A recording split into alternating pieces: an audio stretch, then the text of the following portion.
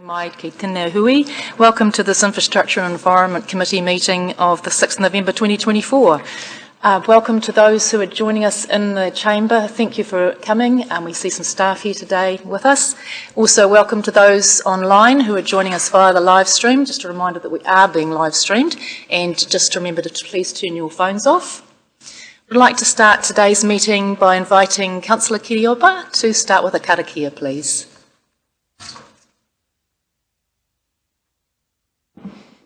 Morena tātou. Aroha mai. Ko rangi, ko papa, ka puta ko rongo, ko tāne, ko tūmatauenga, ko haumi e tike tike, ko tangarua, ko tāwhiri mātea. I tōkana ko rangi, ki runga, ko papa ki raro, ka puta te ira tangata, ki te whaiau, ki te ao marama, haumi e, hui e, tāki. Nā mihi. Thank you, Councillor Kiriopa. We'll aim for a morning break around 11 a.m. and we may need lunch later, but we'll play that by ear depending on how we go today. I'll just move to apologies. Are there any apologies, councillors, today? There does appear to be none. We do have Councillor Brown online. Good morning, Councillor. Thank you. We'll move on to the declarations of interest. Are there any declarations today? There appear to be none. Item 4 is urgent items or minor matters. I have not received any urgent items at this stage. Are there any other? Yes, Councillor Lee. Thank you, Madam Chair. I noticed last week a document has been removed from the council website, Te Arawa Vision 2030, as adopted by this council in 2017. I understand there's also a previous version from 2013, which I also can't find. I was wondering why that document, historical document, has been removed. Actually, we'll just provide an answer for that now. It's not really a matter for discussion, but... Councillor, our website isn't a document management system, so it's a current website for available and approved strategies of council. So it's not an approved strategy of council, as you've heard at previous meetings, so it's been removed from current folders. Okay, so I've just this morning made an official information request, a Lagoima request of both documents. So I'd be delighted to see both documents made available on the council website in that particular arena. Thank you, Councillor Lee. That's not an urgent item, but thank you for raising it. Is there any other matters, minor matters, councillors? Yes, Councillor O'Brien. Thank you, Madam Chair. Just a query, sorry if this isn't the appropriate committee, but just with the consent hearings going on next door, one, could I ask whether we put in a submission either supporting or against those consents? Happy if another committee is more likely to hear that. And second of all, could I also ask for an update on the housing accord now that there's been a change of government? Are we still, is the current accord still in place? Is it being adhered to, or could we have an update on that? Thank you. I'll just check in with the CE just a moment.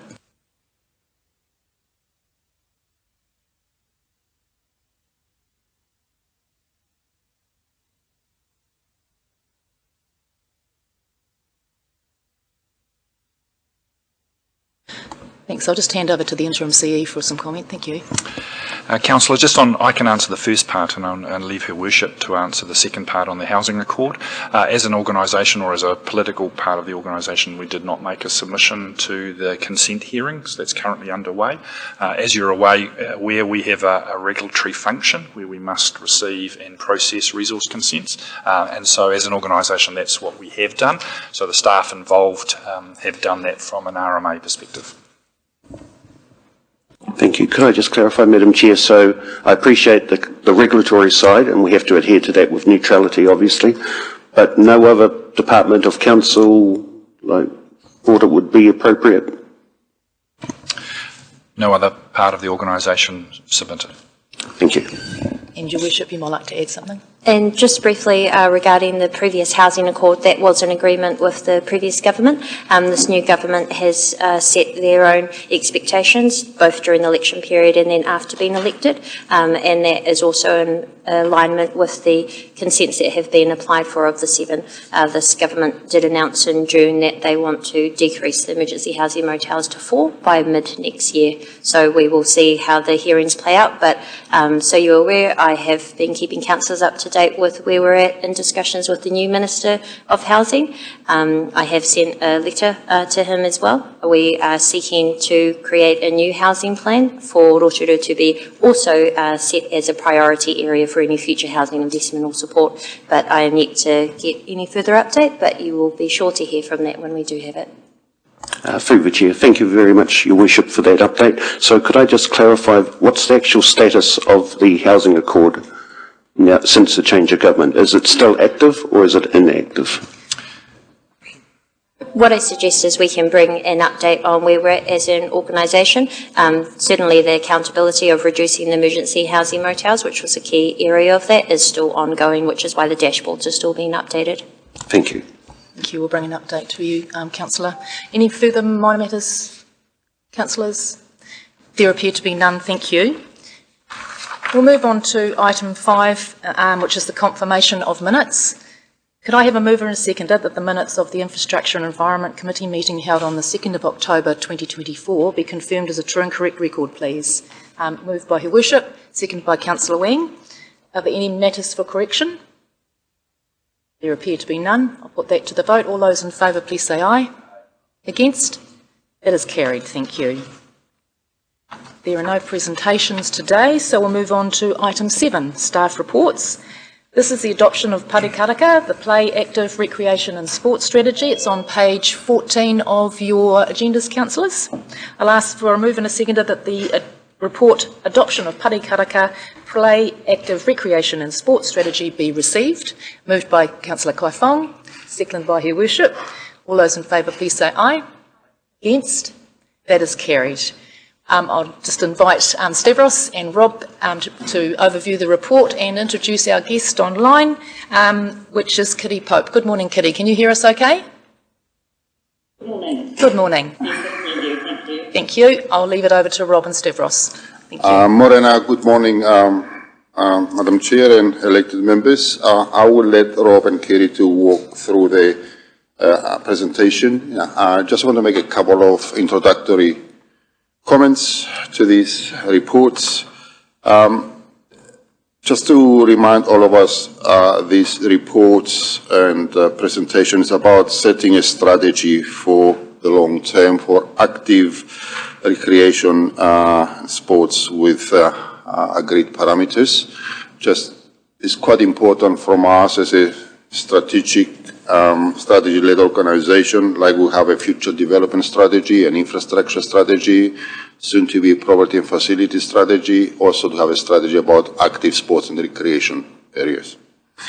It is quite important to highlight that the strategy creates the parameters or the principles onto which staff operate to consider options, but it's always elected members' decision on what and when to invest in limited resources in these facilities, and the strategy will provide guidance for staff to operate into that, but eventually any suggestions, programs of works or activities or investment will need to be done by the appropriately elected members.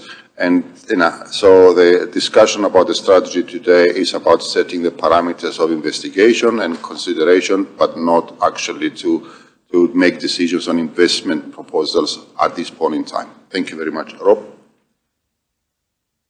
Thank you, Stavros, and kia ora koutou, committee. So, Kitty Pope is online with us, and she is a senior consultant with RSL, or Recreation, Sport and Leisure. I'll give her a brief period to make an introduction, and then we'll roll into a series of slides that we've got that we can take you through some development work, and then also the main points of the strategy as outlined in the paper. So over to you, Kitty.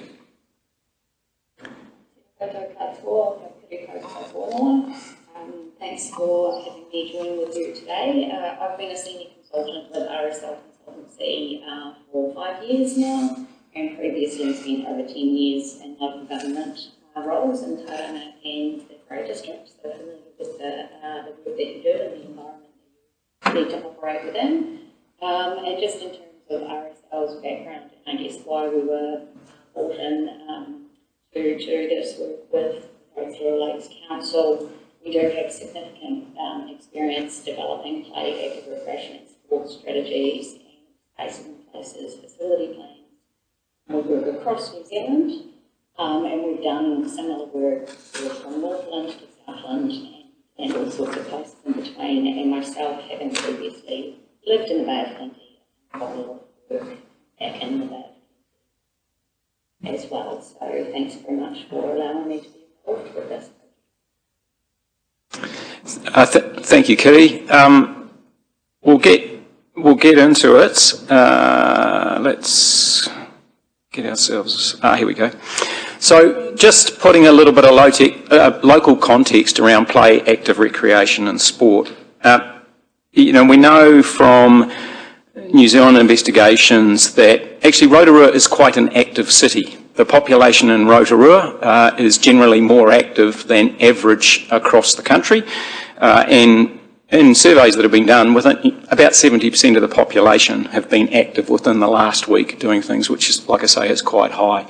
The play, active recreation and sport is a significant attractor for Rotorua. It's what brought me personally to Rotorua to get involved in a whole range of options that the town offers. And there are a lot of people that live here because of the fun they can have here and also come and visit here because of all the attractions that it's got.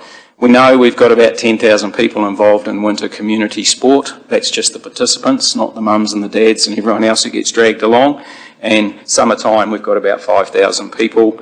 We've got significant sport tournaments in the city. With our central location and the facilities we've got, we're in a fortunate position to attract a lot of people to town to come and participate in events, sport tournaments, and a whole range of activities. And this brings in a significant economic benefit, as we've discussed in workshops.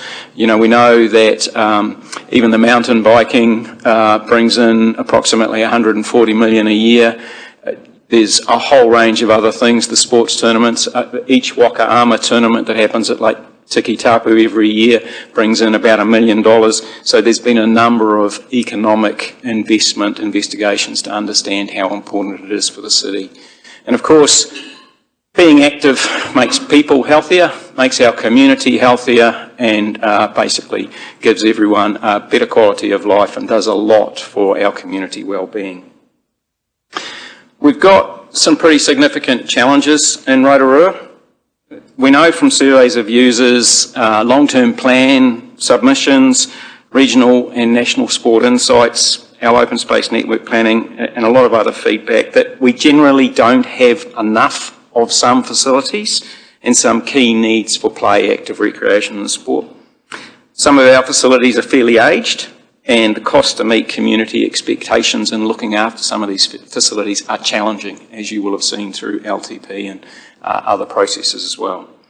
Our open space is not necessarily in the optimal place or of the optimal type to give the best return to our residents and our visitors, and people and their needs change. So sport and recreation and play changes over time, also changes over someone's lifestyle as to what they want to do, and we need to be adaptive and flexible to cope with that. And the growth of Rotorua and the growth of visitation to Rotorua is something that we probably hadn't set ourselves up correctly for, and it presents both challenges and opportunities for how we might carry on with our play, active recreation and sport in the future. So as a result of all this work and previous work that was done in the early 2000s, and we had our historic sport and recreation strategy, it was time to update it. So we went through a procurement process to develop a play, active recreation and sport strategy. We received support from Sport New Zealand to develop a Rotorua strategy on this. and we engaged RSL. So I'll get Kitty to take you through the next slide, which is around the actual development of the strategy, how we got it going, and the work that went into the engagement process to develop what we've got in front of you today. So, thanks, Rob, and hopefully everyone can hear me okay. So RSL commenced our work on the sport strategy in 2022, and our primary work went through into 2023. Our work was informed by a lot of Rotorua specific information and documents, so some of that previous work that was a lot of work around supply and demand, added fields and ports, a desktop review of your open space network. Also, our work was informed by demographic data, including your future development strategy projections and participation data for Rotorua, which we gained through the Sport New Zealand Insights tool.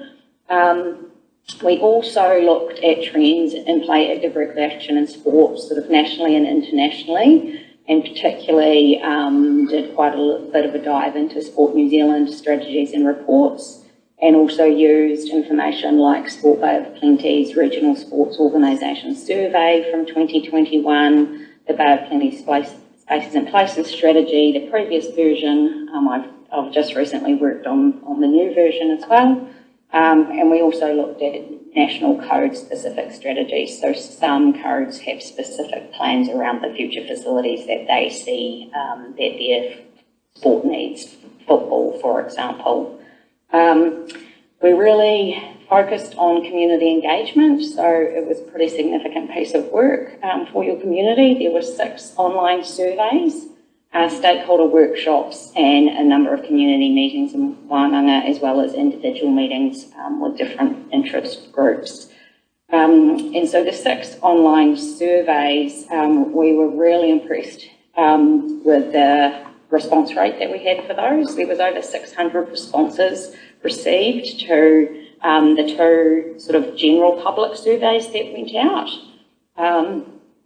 And over 150 responses to the 4 stakeholder surveys that we ran. And to give you some context around how pleasing those response rates were, I've recently done a piece of work in the coastal Otago sub-region, so that was covering 3 territorial authority areas with a larger population than yourselves, and in that we got less stakeholder responses, 130 compared to the 150 that we got from your community. So what that said to me was that your community was really, really values play, active recreation and sport, and really wanted to make the most of the opportunity to share their views through those processes. And you can see on your slide there, the Rotorua What's Your Active, that was the main sort of campaign that your comms team put together. And there were posters and things all around the parks to encourage people to participate in their survey, and it was a really successful survey. So thanks for that. And in terms of the workshops and hui, that was kind of, they were run over a couple of main sessions. So we spent some time up with you in June and August 2022. And we had 8 community stakeholder workshops in Wānanga over that time. Sport Bay of Plenty also led a range of engagement, and they did 10 school-based sessions with students. So we were able to get views from primary and secondary school students of what their desires and needs were in terms of play, active recreation and sport. And those individual meetings that we had with organisations like Parafed, Fish and Game, Bay of Plenty Regional Council and event organisers, to name a few. And then we sort of pulled all that information together from the surveys and the early engagement sessions and came back in October 2022 and ran 2 theming workshops to test with the community what we'd heard through that early process. So that's basically the engagement piece, and then following that theming, we did all the writing up and drafting and working with your project steering group, which included Sport Bay of Plenty as well. Thanks, Rob. Thank you, Kitty. So, as you all understand, a lot of work went into gathering the information and understanding the community needs.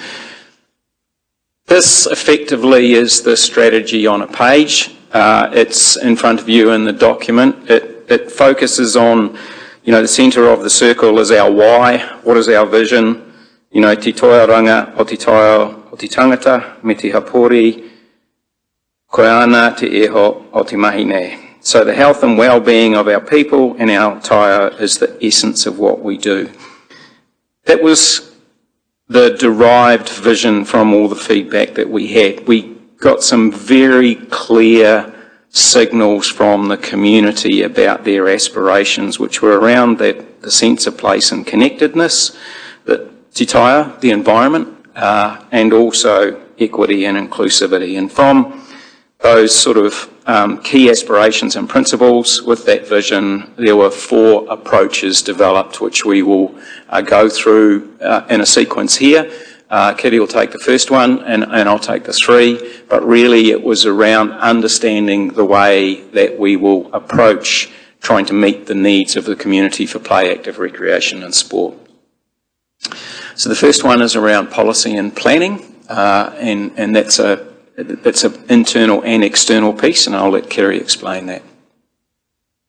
So it became really clear quite early on in the work that we were doing that Rotorua Lakes Council would benefit from a more integrated cross-council approach to policy and planning for play, active recreation and sport. It's really important not to see this all as being the responsibility of the sport, recreation and environment team. It doesn't all rest on Rob's shoulders by any stretch of the imagination. There's a lot of opportunities across other areas of council, urban planning, transportation, to sort of name a couple, where there's chances to create spaces and places that can really support community activity levels. And if we think about older adults as one example, their preferences for participation are very clearly walking, with 71% of those who responded to our survey saying that's their primary participation choice, followed by biking at 36%. And some of what they also told us is the importance of equality and well-maintained footpaths, pathways, cycleway connections across your city, and being able to feel that they can safely get to and use facilities, and having things like toilets to support their activities. So you can see that it's really important, that integrated approach to planning for play, active recreation and sport. Also, it was clear there was an opportunity to change the way that you work with communities. There's some really strong interest groups who have a lot of experience and knowledge to share that can help guide the planning that you are doing. And in particular, we heard that from the disability community, who are really keen to help and assist. And that accessibility also came through very strongly from the community as a key priority. And I know you're doing some work in that accessibility policy space now across council, which is great to see. Another key point that really connects back into policy was affordability is really important to your community. And that's both from an individual fees and charges perspective. How much does it cost me to go for a swim or to hire an indoor court? But also there was some questions raised around the consistency and whether different sport and recreation opportunities are being sort of fairly or consistently charged. So there's a piece of work that's important for your council to do in that space. Thanks, Rob. Thanks, Kitty. The next approach was around experience and connections, and this was a very strong message from the community around how do we actually connect with our place. And there are a lot of opportunities to be able to do that, both just in the way we operate and then also in how we might renew things or change things in the future. Classic situation, we used to renew playgrounds, we would do it and they will come. and you know that was an old school philosophy. Now there's actually a lot of work that goes on into these sorts of things to understand what is important to local community. How do we tell local stories? And there's a picture there of, you know, a new piece of work that we've just done at Karenga, the playground there, where we've linked in the playground and the local community and the users with Kaura, which is what was a very important connection to that area. And even something like those sorts of play pieces can actually give people a much greater sense of ownership of their local areas, and also that's great in terms of looking after it and you know, making sure it's a well used and active place. We've also got protecting our taia, so we've opportunities to work more with land care groups and regional council and other bodies who are also interested in environmental improvement. You know, we all know that that's been a thing of the last decade, but it's getting stronger and stronger all the time, and so there's a lot of opportunities for how we can do that to connect their local communities to their place, and as Kiri was saying, you know, walkways and things like that, how we can make them far more enjoyable and encourage activation. The third approach was around collaboration and partnerships, and we can't do it all ourselves. To have an active city requires more than just the district council contributing towards what creates activity. We've got a number of supporting agencies, you know, including regional and national sporting trusts, regional and national sporting organisations as well. We have things like the Places and Spaces strategy, which is developed regionally, which actually sort of sets what's important for our city and how investment across not just a TA, but a group of TAs can create the best opportunities for both the individuals within each TA and the region. And greater partnerships, and, you know, I think of examples like Te Wariki Puria leases they've got on our reserves for activation of spaces and things like that. Are we looking at all those opportunities and carefully considering those partnerships and what we can do?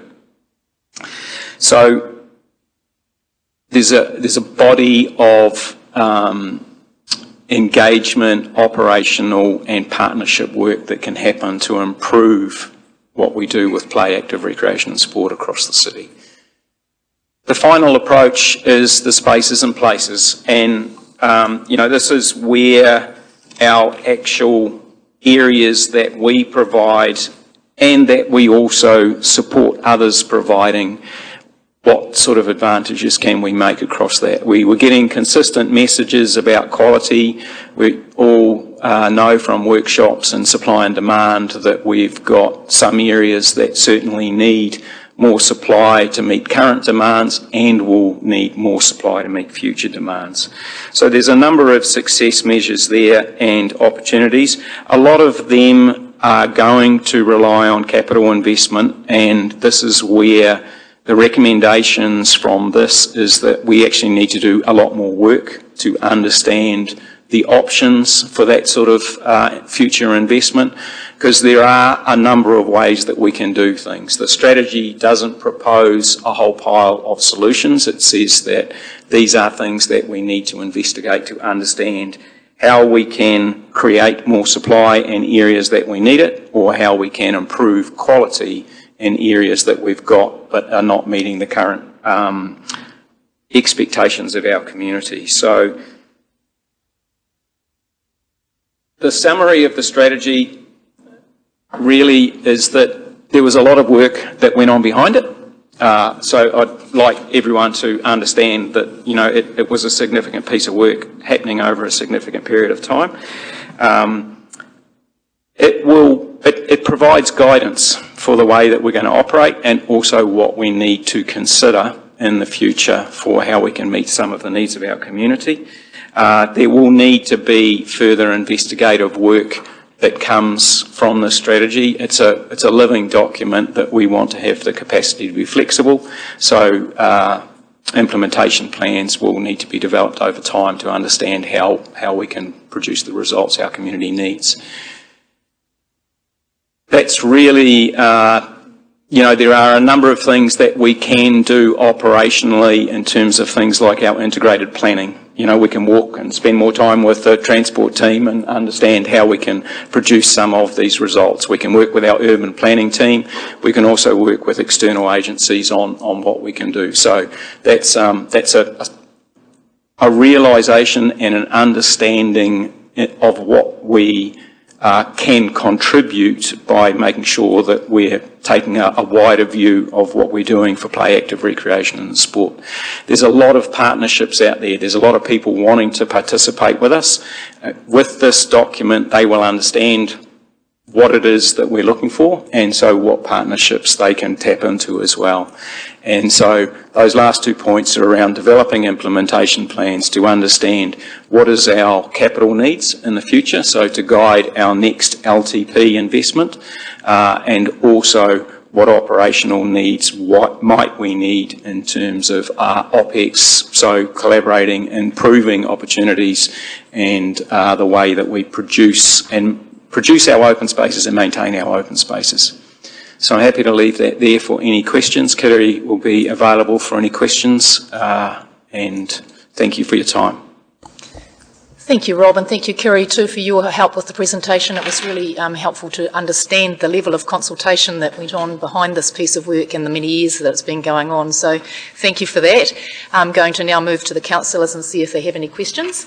Councillor Patterson and then Councillor Lee. Thank you, Madam Chair. Just a question on process. Given this is a pretty significant decision that we're making today for the future of our community, I would ask that you might consider suspending the standing orders so we can have a more robust question time with the presenters, so we can get some more information before we actually get to that point where we decide. Is that okay by you? Thank you for the question, Councillor Patterson. I'm happy to, be lenient with the questions. That's fine, but I think we'll stick to standing orders when it comes to the discussion part of our meeting, if that's okay. Thank you. Point of order. Yes, Councillor Lee, what's your point of order? Possible breach of standing orders. I think Councillor Patterson has essentially moved a motion that would need to be put to the vote rather than determined by the chair. I don't think that was a motion. That wasn't the intention. Councillor Patterson is shaking his head there. Okay. Thank you. So has that answered your question, Councillor Patterson? Councillor Lee, did you have a question? Certainly do, Madam Chair. Yeah. Gentlemen, thank you for your report. Page 7. Additionally, significant strategic plans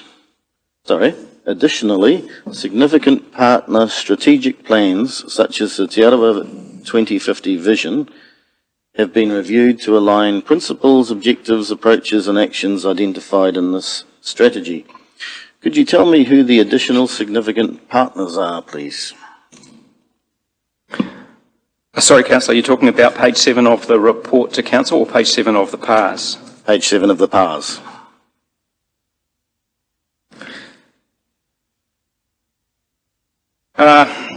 There were, I'll probably just start this and then actually leave pass to Kitty, who I have provided a reasonably significant list of strategies, I think, to you, Councillor, as to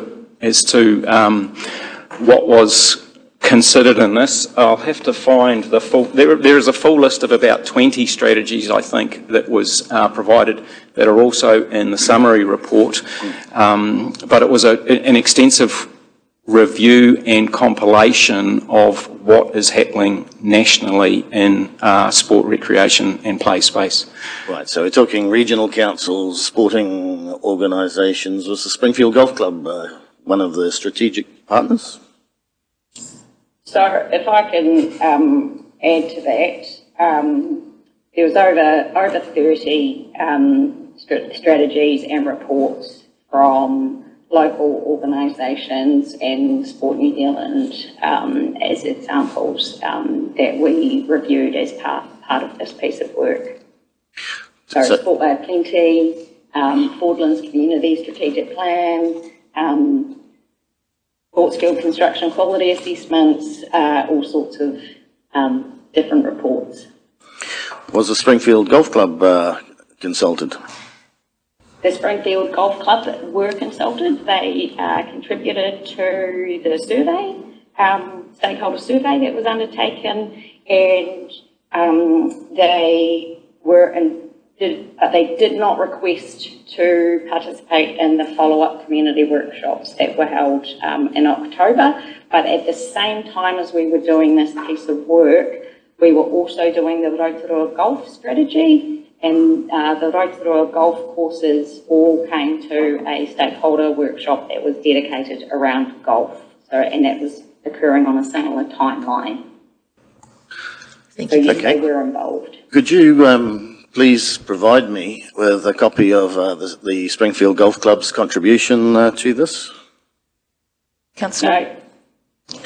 Now, Point of order, Madam Chair, relevance. We are discussing the PARS strategy. This is a significant strategic document for all of our parks and active spaces, and I don't think that that's relevant or appropriate to request of someone who's assisted in the development of this who's outside of our organisation. Thank you, Your Worship. And the presenter has actually answered your question about the involvement of the club in the process. So do you have any further questions, certainly Councillor do, Lee? Madam Chair, thank you. Well, just direct them through me, please, if you wouldn't mind. Through the Chair. Thank you.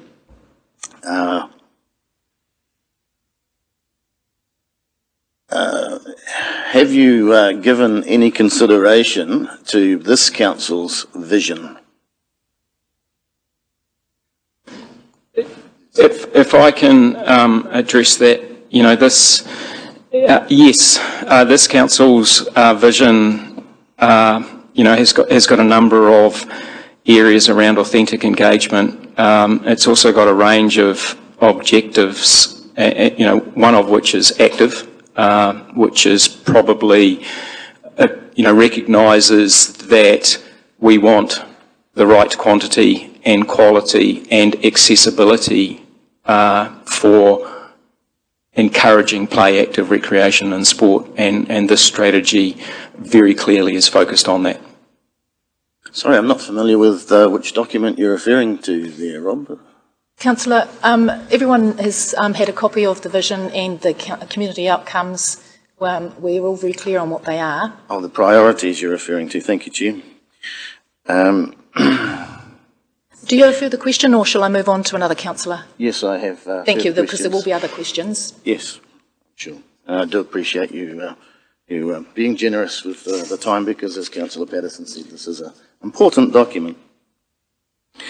So, in 2021, 5,017 people submitted a petition in support of keeping the Springfield Golf Course. Has that been taken into consideration in this report? Again, Councillor Lee. Point of order, Madam Chair. Your point is? You've already said the Yes. relevance. Yeah, you're covering off ground that we've actually just This is talked about, overall. Councillor Lee. Yep. We'll move on, I think. Is there any other questions for the moment? We'll come back to you if there's more. Thank Yes, you, yes, Councillor Madam Chair. Patterson. And then Councillor Maxwell. Thank you, Madam Chair, and through you.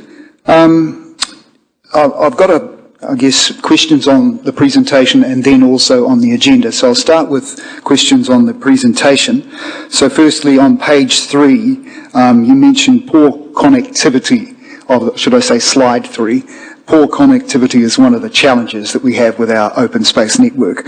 So I guess what I would take from that is, for example, Puarenga and Puketawhero Park have great connectivity because they're based off a state highway, so it's easy to get to, doesn't create traffic congestion, except for maybe Puketawhero that is having issues with car parking.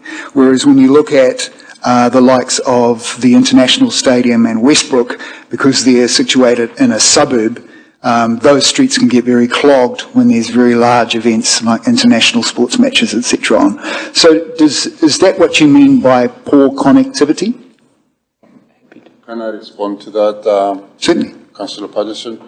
I think the presentation signals that in making decisions how to develop existing facilities or suggests future facilities, a set of multi-criteria like connectivity, transportation, congestion, safety, impacts on the adjoining properties will be considered.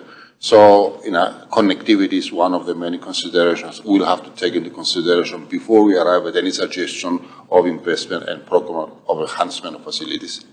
Excellent, thank you. Just following on from that, because I've just been chatting with Jenny Nahu from Bay of Plenty Rugby League, and they are very happy with the connectivity and the way Buaringa Park works. They like the fact that people can watch more than one game without having to walk very far, whereas when they had this, the recent tournament moved up to their stadium, that was a real challenge for some of the older people because they couldn't walk up the hill to go and see the other games. So that I can see where they're coming from when you talk about connectivity. So my other question based on the presentation was, where was it? You talked about the stakeholders that were consulted. Looking at the older spectrum, were the likes of Age Concern, Grey Power, Parkside, the bowling clubs, etc., were they consulted about their recreation needs? Yes, there was a significant attempt. Well, there was a significant attempt to consult with a wide range of people, and those groups were also targeted. Parkside and Parkside submitted on the first draft and came back with some alterations to the report and things like that. So those groups were targeted and provided feedback. Great, thank you. And just moving on to the actual agenda report. So one of the things that I was surprised that wasn't shown in the presentation, usually in most of these reports or presentations, we have a timeline as to when this all started. So can you clarify for those listening when the PARS was actually first moved?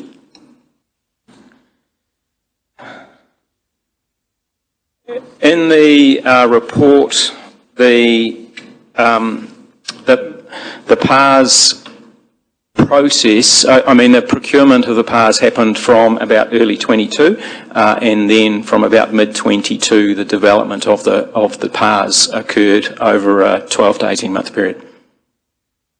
So my understanding is that was on the 14th of October 2021 when the decision was made by the Strategy, Policy and Finance Committee to move ahead on the PARS plan. Yes, that was a decision made by the committee at that time, and then we needed to consider funding the development of it and go through the procurement process for it. Right. And just carrying on from that, then you talked about 2022 in the agenda, April 2022. So that was at the Operations and Monitoring Committee where the request for proposals was put out, and RSL were engaged, I guess, after that. And it all tied in.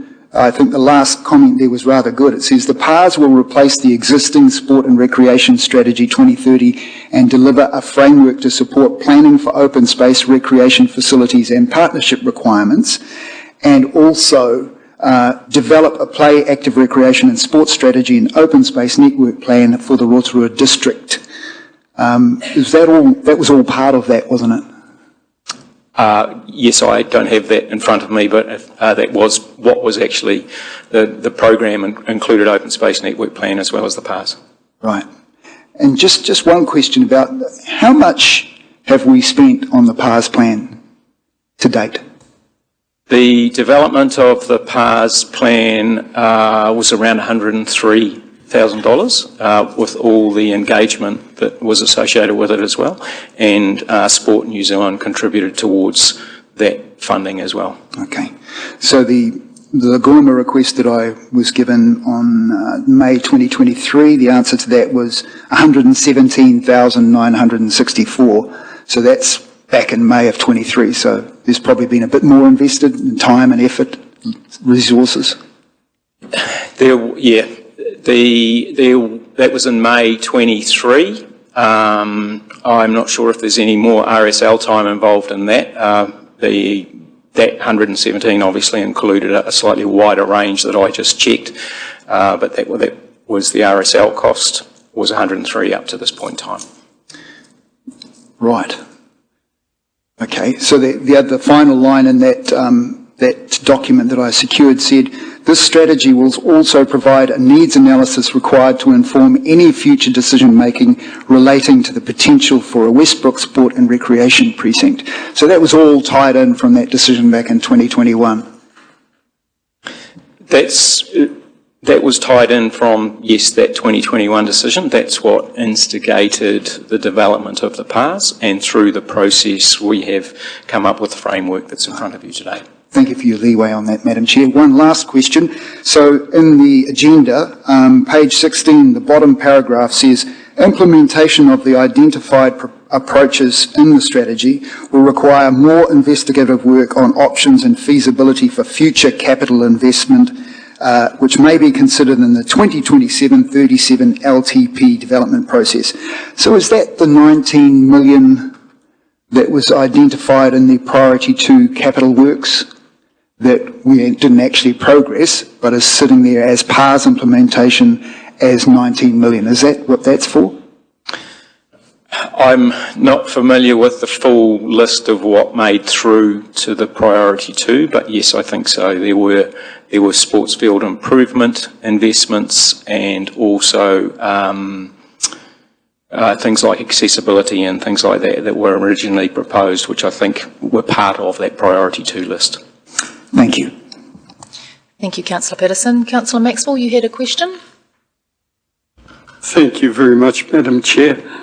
Thank you, Stavros and Rob and your staff that have done this, I think, an excellent report summarising some of the things we've been all waiting for. There's one line that caught my eye on page 17, where you said, recognising tangata whenua, mana whenua aspirations and strengthening our cultural identity. And before my questions, I thought that was excellent, because we've only received the recent census, and Māori in our district make up 40% of it. I know you touched on partnerships and with our stakeholders. I'd like you to give me an example of some of the partnerships, but not all of them. But I do want to say that I believe that our own Māori community do participate and work very hard to bring major events to the city, because we believe we're the centre of Māoridom, but it is accessible to everyone. And I think of the Kuru Maituku tournament that's been going over 80 years. Māori Rugby touched, they're all here, Māori Rugby League that Councillor Patterson touched on. Huge, and you've given us those in reports. Rotorua basketball has just grown, and they are looking at other options to it where they can have their sport carried on. So, and the figure you had up there, you had 50,000 people plus. We benefit in our community from these major events, so we're playing our part. Can you just touch on some of the ones that you've got some good, meaningful partnerships, Rob? Thank you. Through you, Madam Chair. Thank you, Councillor. Te Papa Tākaro was on the project steering group, so as part of actually developing the strategy, had a significant role. But I mean, we've got partnerships with Māori charitable organisations, Te Waireke Pururea Trust and places like that. We've also got a lot of work that we do with Māori national sporting organisations, right from Aotearoa Māori Rugby League, obviously is a big one that people will be aware of, all the league tournaments that happen in the city, but Māori Touch, there's a whole range of them that have contributed, and just even thinking forward of things like Te Aroa Waka Trust and the work that they've done with Waka Ama, getting all the Waka Ama clubs together, and how that then presents us a connection or a partner that we can work with in trying to encourage participation through Waka Ama and other AMA activities on the lakes. Thank you. I'll now move to Councillor Wang and then Councillor O'Brien. Thank you, Madam Chair, and thank you, Rob and Stavros, for the presentation. I just wanted to focus on one of my main concerns highlighted under the challenges, which is the lack of participation by underprivileged communities. I've read the document, and there is quite a bit in the different sections that do, I guess, cover that a little, but primarily I see it's mainly focused just around the affordability. So, like you mentioned before, reviewing the cost structure, that sort of thing. But I think we all know that the barriers, for the full participation for our most vulnerable, I think there are quite a few different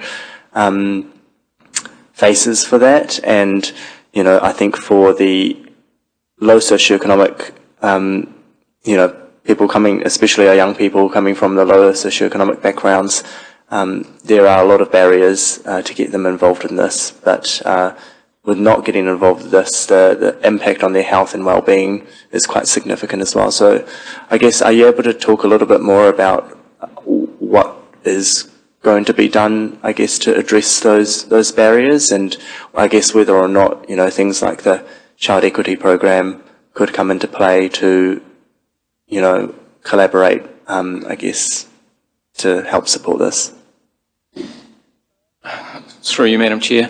Thank you, Councillor. The PARS does identify that there are a lot of ways that those barriers can be removed. I think of sections in the PARS that talk about transport.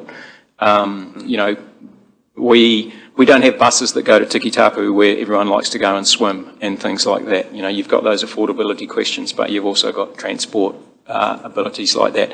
Part of the connection discussion was around, some areas are great because you can drive to them, but also some people can't drive, and if there's a 4-lane highway to cross, then it might not be as connected to it, if they're travelling on foot and things like that. There's a number of things that direct us to understand about equity, local catchment network plans to just understand how accessible things like playgrounds are in certain areas. Do we have the right number of playgrounds in certain areas? Do they have the right types of facilities there? Is it something that a field marked with Kiorahi pitch might be appropriate in some areas to increase participation and activity? So the strategy sort of identifies that as an issue, but also presents a lot of potential on how to try and address that issue. Thank you. Thank you. Councillor O'Brien, you have a question? Thank you, Madam Chair. I've actually got a couple of questions, so I ask for some leniency through the Chair. Thank you, Rob, and your team for a very helpful and comprehensive report. Thank you. First of all, could I ask, in the strategy document, it states that less than half of school children are involved in sport. Now, sorry, I don't quite know what involved in sports delegated to, and I believe that the year quoted is 2021. Now, whether that's a hangover after COVID, I'm not quite sure, but let's say it's still roughly the same. So less than half of school children are involved in sport. So what's our solution, or what's the identifiers working with schools that we could address that? Because I'm quite shocked that less than half of school children aren't involved in any sport whatsoever. Thank you, Councillor. The declining participation in organised sport has been happening for quite a long period of time, and there may well be a bit of a COVID effect in that 50% from 2021, but it is something that is being focused on nationally. I mean, when I think of Sport New Zealand programs and the Regional Sporting Trust programs on more people, more active, more often, and things like that, there's been a switch from organised sport to almost pay as you play, so people will go, rather than being involved in playing football, they'll go for a bike ride or something like that, and they might actually still be active, but not through an organised sport mechanism. There's a lot more individual sports that are being encouraged by people at the moment. You know, I think of the sports that I participate in, which are, you know, water sports, wind sort of sports and things like that. So there is a shift in how the community stays active as well. But there are a number of things in the PARs that will help us work with partners, and we do need to work with schools on how we make sure that we have the right spaces and places that encourage play and active recreation as well as sport to, you know, increase activity.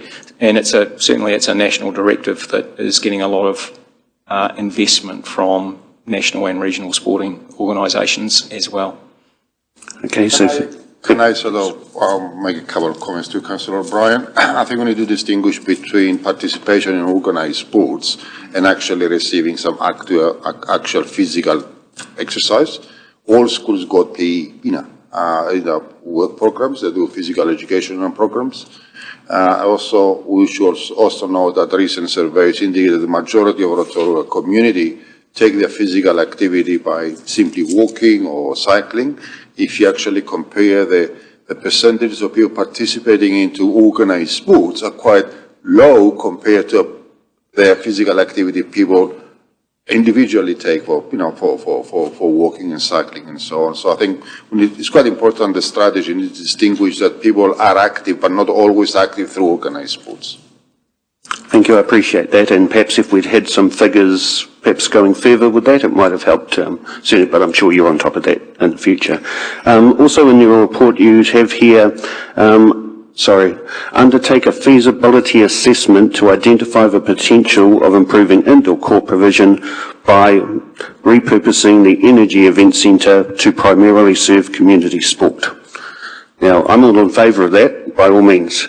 The downside to that is that it's currently a convention centre, and we actually have a policy, which I'm sure you're aware of, about us trying to maximise profits out of that venue. So can I ask you, is it wise for us to be even considering that when, unless I was away that day, we haven't even looked at the possibility of a new convention centre? This, this was, I suppose this was a question that we got from the community that we've represented in the strategy. And it was before more recent decisions around how the Energy Events Centre should be focused and prioritised in the future. But it was a question from the community that the strategy represents. It might be a very simple answer. Perhaps if I can add to that, it's really important that that feasibility assessment that's recommended considers a range of options, and that was just one of the options that is suggested there. So also looking at a new multi-court, indoor court facility that's more purpose-built for sport, looking at those partnerships with schools to supplement indoor court provision, considering the potential for some covered outdoor courts as a lower cost way to achieve a slightly higher level of service. So there's a range of things that that feasibility study would need to investigate, not just the one. Thank you, Kiri. Does it? It answers my question, but not my concerns, but we'll save that for another day. Can I make a comment too, Madam Chair? I think, as I said earlier, in developing a strategy, we do need to consider the supply and demand, obviously, but also we need to consider the funding and revenue aspects of it too. I think in this activity, Council spends somewhere in the region of about $20 million a year, mainly funded through general rates. There are some modest revenues coming out of that, but in developing a strategy and trying to identify options to bridge any gaps that are current or in the future, I think it's quite important as a GM that I need to come up with some proposals as an organisation as to that you might be able to do that by actually switching or modifying your funding and revenue policies, on those areas. It might be possible to have more comprehensive indoor sports facilities as long as people are prepared to pay something, more for that.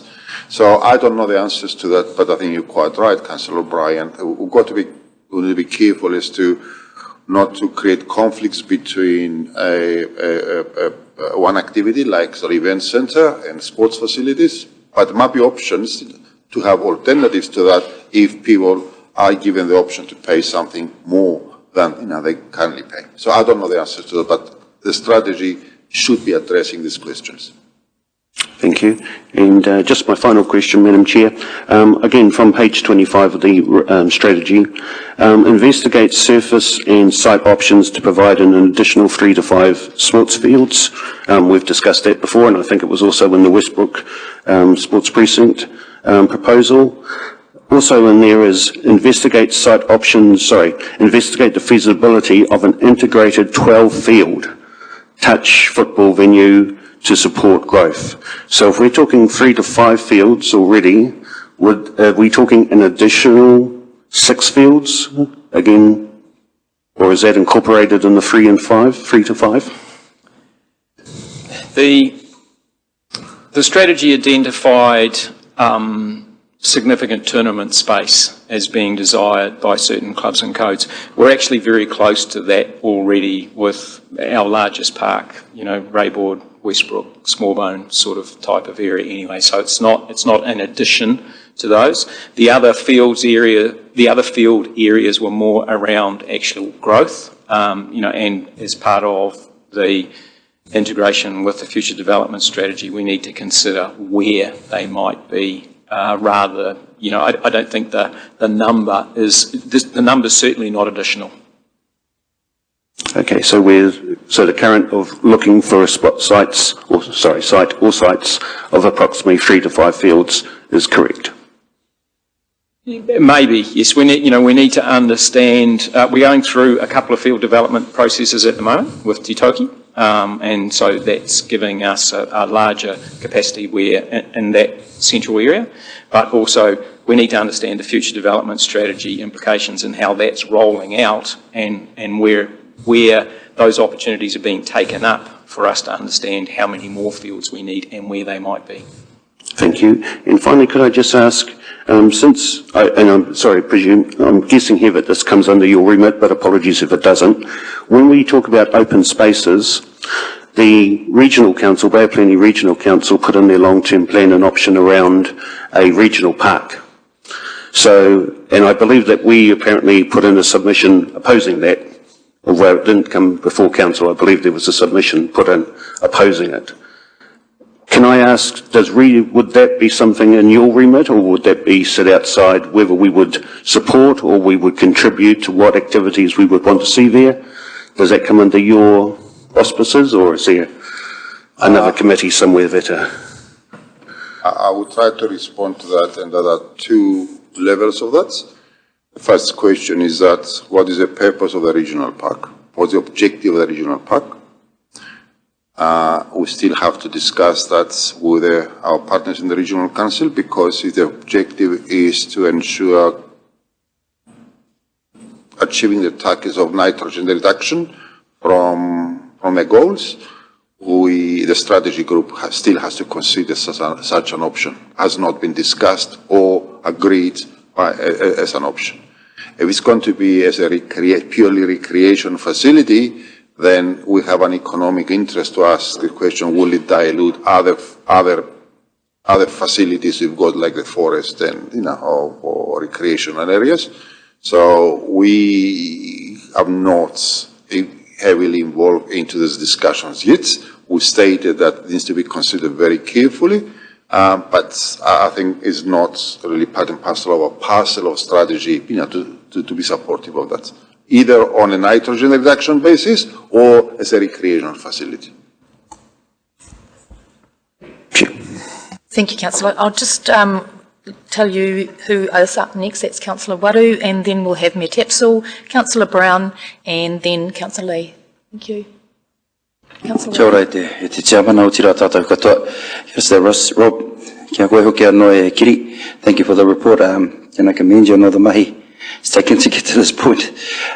So I've got just a couple of questions, quick ones. And the other one of them is you mentioned a lot of, different activities that come into the town, especially tournaments and all this kind of stuff, mountain biking and all that. Has there ever been an economic impact assessment around the use of our recreational facilities?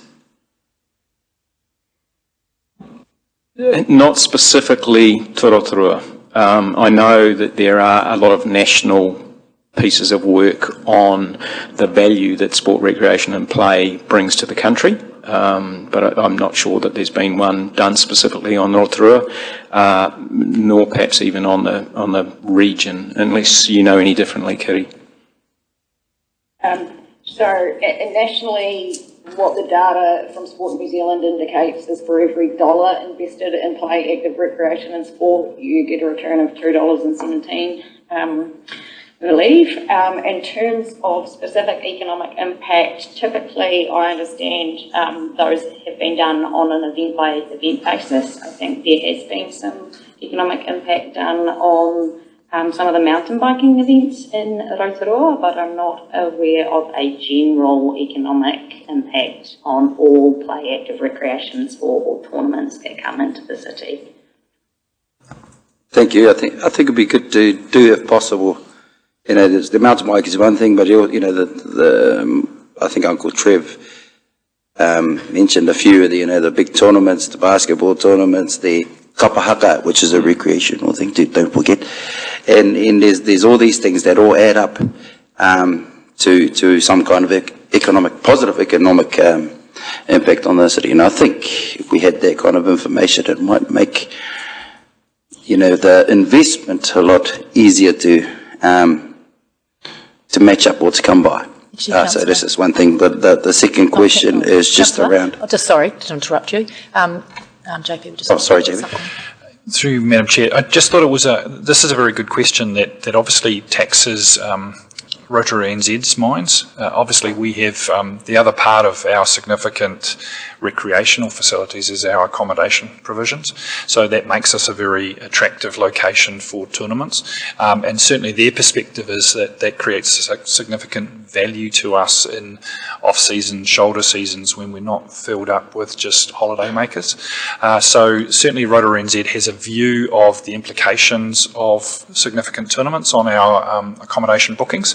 So it might actually be worthwhile us extending a request to Rotorua NZ to at least try to quantify some of the significant bookings and value created for winter tournaments, for shoulder tournaments and those kind of events that occur across the year. As Rob mentioned, there is generally just a view of specific events and their economic impact, but often that doesn't pick up some of the more general tournament type approaches that still have a significant benefit to our community, both from a spend and from accommodation. Thank you, JP. I would support that. The last question was just around, I noticed, was health and wellbeing and taiao in the surveying part of the survey. How, I suppose I'm trying to, what am I trying to say? How strongly were those things tied together in terms of the information that was gathered from the survey or collected? Certainly, the PARS presents taiao as a significant community aspiration. So, the community wanted to have a better environment to play and have fun in. And that was a message that directly relates to how they feel about themselves and the pride that they have in their place. So I think they're very strongly connected, and certainly the Te Taiao message came through, probably personally to me, as a surprisingly strong message, which is good, because that's, we can think about how we approach some of our operational work and some of the partnerships that we have, and there are opportunities to work better and more efficiently in those areas for quite a lot of our public land. Thank you, Rob. Thank you. I wonder if Kiri might have some comments to make to that. It was very clear to me that there was a strong perspective of the environment and health and wellbeing being deeply integrated and connected, and we've tried to flow that through into the strategy and how it's kind of represented in the priorities. There was a lot we heard from people about wanting to be active, even if it's gently active, in the environment, in open space, and water-based recreation was really important to the community of Rotorua as well. So, you know, that connects strongly into Taio. People were also talking about wanting to be involved in things like looking after the environment themselves, so whether that's community working bees or community groups where people are involved in sort of maintenance or replanting or trapping programs, those kinds of things came through. So it sort of weaved through all sorts of the feedback that we gathered. Thank you, Kitty. Thank you. I think that's really interesting, because I did do a bit of rangahau with other areas in New Zealand around, you know, their sports strategies and recreation strategies. And funny enough, the Taio didn't feature too much. So that's why I was quite interested in that it did here, and I'm glad it does, because it means people actually care about where they play and what it looks like and looking after the place. So, kanui te mihi, thank you very much, and just want to indicate that I'm happy to move this when it comes to it. Thank you, Madam Chair. Thank you, Councillor Walu. Me Tapsell. Thank you very much, Madam Chair, through you. First question that I have is regarding equity and accessibility, and I was really pleased to see this as one of the three strategy areas. On page 21 of the PARS document, it mentions complete an equity mapping exercise.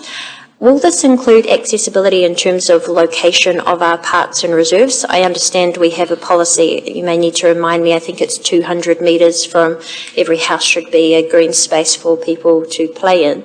But I am also mindful that some of our lower socioeconomic areas, such as in Fortlands and Sunset, this may not currently comply.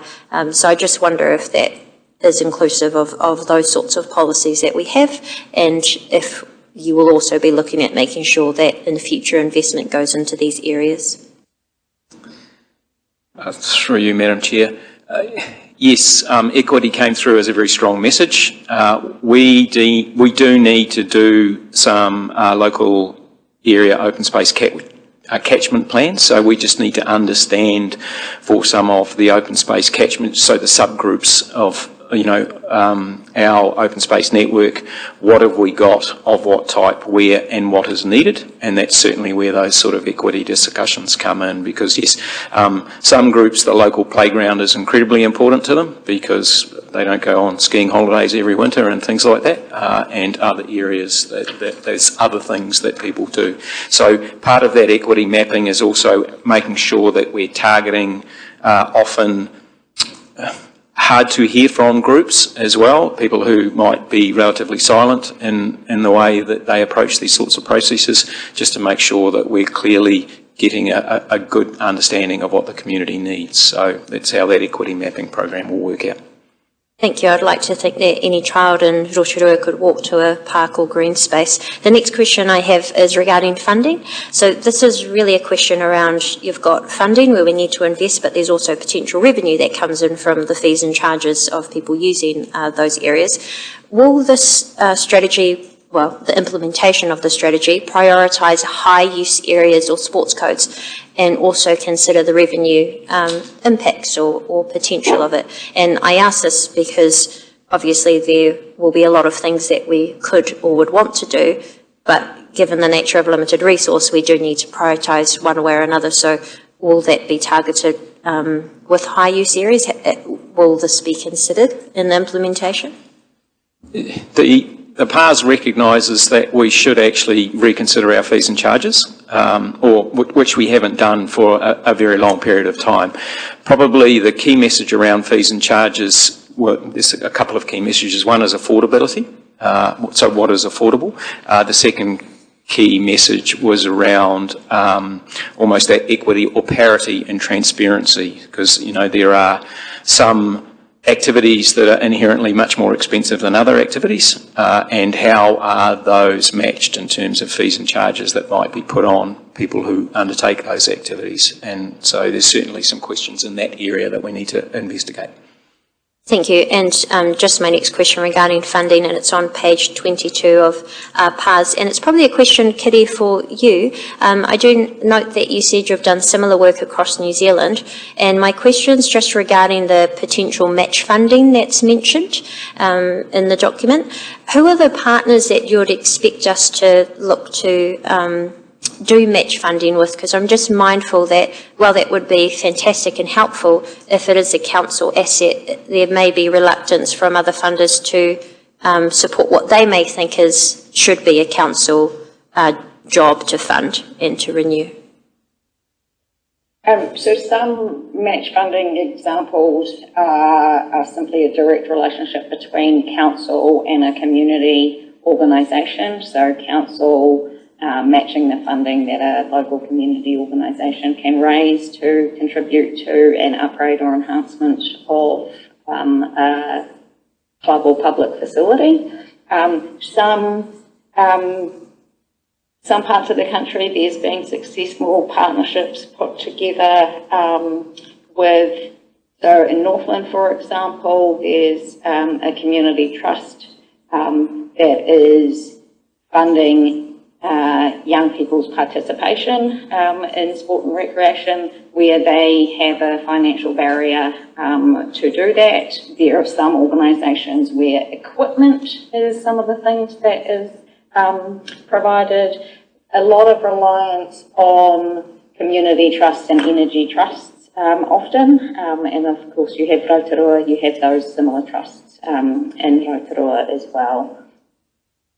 Thank you very much. It's that kind of hand up rather than a hand out, where the community are being asked to raise some funds for themselves.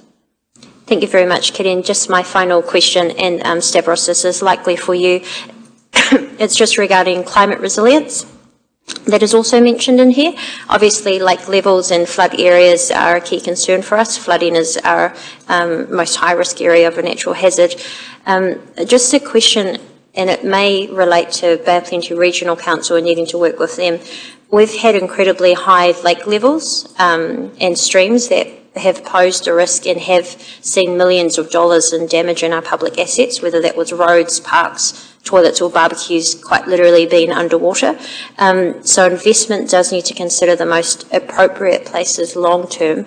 And the question is, how would we work with Regional Council with this so we're not creating a strategy in isolation, where the Regional Council can also be an accountable partner for ensuring that their actions or inaction doesn't limit or at worst case damage our public assets. We'd love to continue to see investment in areas, but I don't want us to continuously fix these assets if the Regional Council aren't, as an example, managing their lake levels, which could potentially continue to damage those assets and prevent our public from using them. Thank you, Your Worship. Very briefly, obviously, what I think the considerations you have outlined there is, and which are embedded into our future considerations, we're going to maintain, renew, or build new recreational assets like jetty boats or sports fields or whatever. We need to make sure that we take into consideration the potential impacts of climate change, and the potential impact of climate change is high stormwater runoffs, high lake levels, and so on. So there are two platforms we're working through with our partners in the Regional Council at the moment. One is that next week we are applying for our comprehensive stormwater consent, and that covers, the approach is going to take to consider mitigate climate change predictions as we know them at this point in time. But we strongly state that we need to work with the Bay of Plenty Regional Council, because while we're in control of our urban stormwater system, they're in control of the appetite to flood management scheme, the lake levels, and so on. So we're making that point in our stormwater application. The second platform for that is our joint partnership, work in the Rotorua Lakes Strategy Group, which will take into consideration the future management of the lakes, not just from the quality of the water perspective, but also on the potential risks and implications of lake levels into general infrastructure and the well-being of our community. So those areas are really live and active and really pertinent to all these works we're talking in the strategy here. Thank you. Thank you. Councillor Brown, you had a question. Thank you, Madam Chair. Can you hear me okay? Yes, thank you. Councillor Waru actually asked the questions I was anticipating around Tataio, but a question for Rob on that subject. Rob, do you anticipate a work program related to Tataio coming forward? Is that what we envisage? Thank you. Through you, Madam Chair. Yes, a work program and I suppose a direction. We're certainly getting increasing requests from the community around public land and how we can improve public land. And, you know, there are a large number of partners to actually do the physical work, but there's also partners to help fund a lot of the work as well. So we would envisage that that's an area that we want to be expanding into as we move forward. Excellent, thank you. Thank you. And we'll wind up our questioning today with Councillor Lee. Thank you, Madam Chair, and thank you for your indulgence, and through you. Rob, this is a significant document. It's started in 2021, coincidentally just after the petition of 5,000 signatures was submitted. You say it's going to guide this the next LTP. You also note that this council has as one of its values authentic engagement, and has this document been publicly consulted as opposed to consulted with some chosen stakeholders? Through you, Madam Chair, yes, the initiation of the document went out through a full public survey process to produce the key themes, which were then recirculated and communicated as well. So, you know, my view is that yes, it has been through a significant process to get the right input and identify what is important to our community. I'm not at all convinced that the public who are going to have to pay for this have been properly notified. Please ask the next question, and it's been obvious actually from the feedback we've had both from Kitty and Rob, and that there's been a significant amount of consultation. I don't believe the public are aware of this at all. Move on to your next question, please. Thank you. Right, this is where the rubber hits the road, gentlemen. On 9.1, I can't give you the page number because it's maybe stapled in here. Over on the second page, it says that what we will do, work with the National Maori Sports Authority to grow Rotorua as the preferred home of Maori cultural sporting tournaments. So there's a phrase that could be copy and pasted out of the Westbrook Sports Precinct Master Plan.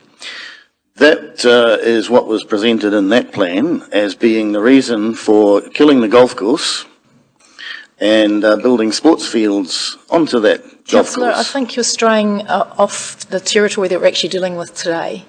This is a high-level strategy. I'm quoting from the document yes, that correct, we're consulting but you're making assumptions from that as well. And today it's been very clear that this is a high-level document that actually is providing the groundwork for future decisions, and that is just one part. So is there a specific question that you want to ask about the document or the strategy itself? I think it speaks for itself, Madam Chair. This is obviously, we will be debating this shortly, won't we? So I'll leave my comments until then. Thank you. Thank you, Councillor Lee. We'll wind up the questioning now, and I'd just like to say thank you very much, team, for your answers to our questions and preparing the presentation for us today. Thank you very much, Kerry, for attending via Zoom and providing us with that context around the consultation, the breadth and depth of it, and some of the findings that came out of it as well. We really appreciate your time, and thank you very much. Thank you. You're welcome to step away. Thank you very much, and we'll now move to the proposed recommendations in front of us. Councillor Waru has signalled that he is willing to move these resolutions, and a second from Councillor Maxwell. So I'll just read it out, that the committee A adopts Parikaraka, the Play, Active, Recreation and Sports Strategy. B notes that an implementation plan will be developed to identify spaces and places, investments, requirements for the 2027-2037 long-term plan. And C notes that the implementation plan will also identify other actions that can be implemented in the first 3 years of the strategy through existing operational budgets. I will now open this up for any comments. Would you like to open, Councillor Ware, as a mover, or would you like I'll finish, thank you. Thank you. Mayor Tapsell, you'd like to make some comments. Thank you very much, Madam Chair. Look, I just want to first of all thank the many people that have been part of developing this initial strategy. I do also note that the exciting stuff will come through the implementation plan on how we'll actually deliver this, but certainly to the staff, and I think I heard the 600 responses received from the 2 general public surveys. It's incredible to get to this stage, and also really pleasing that it's a very inclusive document that considers what's the best future for everyone in Rotorua, and of course the many people who visit us for national sports tournaments. I do also want to say that I'm very proud that as the new Mayor and Council, in our very first meeting we proved how valuable green space is for us when we save the reserves from housing, and now we have an exciting opportunity to look at how we can best use our limited resources to ensure that we're improving the parks and reserves that we have for the future benefit. I want to also note, though, that there are financial challenges in the future. While there is very high demand for more sports fields and courts, there is also a community around us that has a cost of living crisis, so affordability and ensuring that accessibility to this is not limited by too expensive fees and charges will also be very important for us to consider. But without a doubt, sports and active recreation benefits our community significantly in terms of the jobs that it creates, whether it's in the accommodation that is fully booked out, our hospitality that enjoys our sports teams going through, and of course our tourism operators as well, whether that's spa, health and wellness, or of course our adventure tourism. It's a great opportunity for us as Rotorua to not only be a world-class destination but continue to host a number of national events. I do want to note, though, that I am disappointed that we have a councillor who used this opportunity for a district-wide approach to specifically mention his backyard and Springfield Golf Club. This has been a consistent narrative, and I am concerned that given the opportunity to declare conflicts of interest, they have not noticed the perceived conflict that could come from living right next to that golf course, yet asking things like, were Springfield Golf Course consulted, was a Springfield petition considered, and the very disrespectful comments that Māori sports strategies are killing the golf course. I want to remind all councillors that we're here to benefit the entire district and act in the best interest of everyone. So while I'm very pleased to be able to support this, I do want to make sure that in future we are having discussions and providing solutions that benefit everyone in Rotorua and ensuring that everybody has the opportunity to have the parks, the reserves and the spaces that they need to be not only healthy but also active in our community. So very happy to be supporting this today. Thank you. Thank you, Your Worship. Any other comments? Councillor Patterson?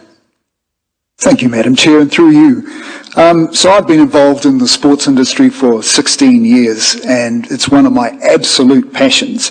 I absolutely support the goal of making Rotorua the home of Māori sport. I think that is our unique selling point. I believe everything that Councillor Maxwell touched on is spot on. If anyone can put our hand up and claim that title, it should be us. I also support Councillor Wang's raising the challenges faced by our disadvantaged communities to access to decent play and recreation areas. That is something that we do need to address. If we're ever going to lift everybody up to the same level, they need support. It makes perfect sense that hubs need to be created in the areas for our projected growth through the future development strategy. For example, enhancing Poketawhero Park and Neil Hunt Park out east, that makes sense. A new hub for Mumataha absolutely makes sense, a big growth area. Upgrading and improving Wairinga Park and also potentially the centre of the racecourse returning to our network as well, so that that's all close by. A new indoor facility for basketball, whether that be repurposing the EEC or a newly built one. I totally support that. There is a need for that.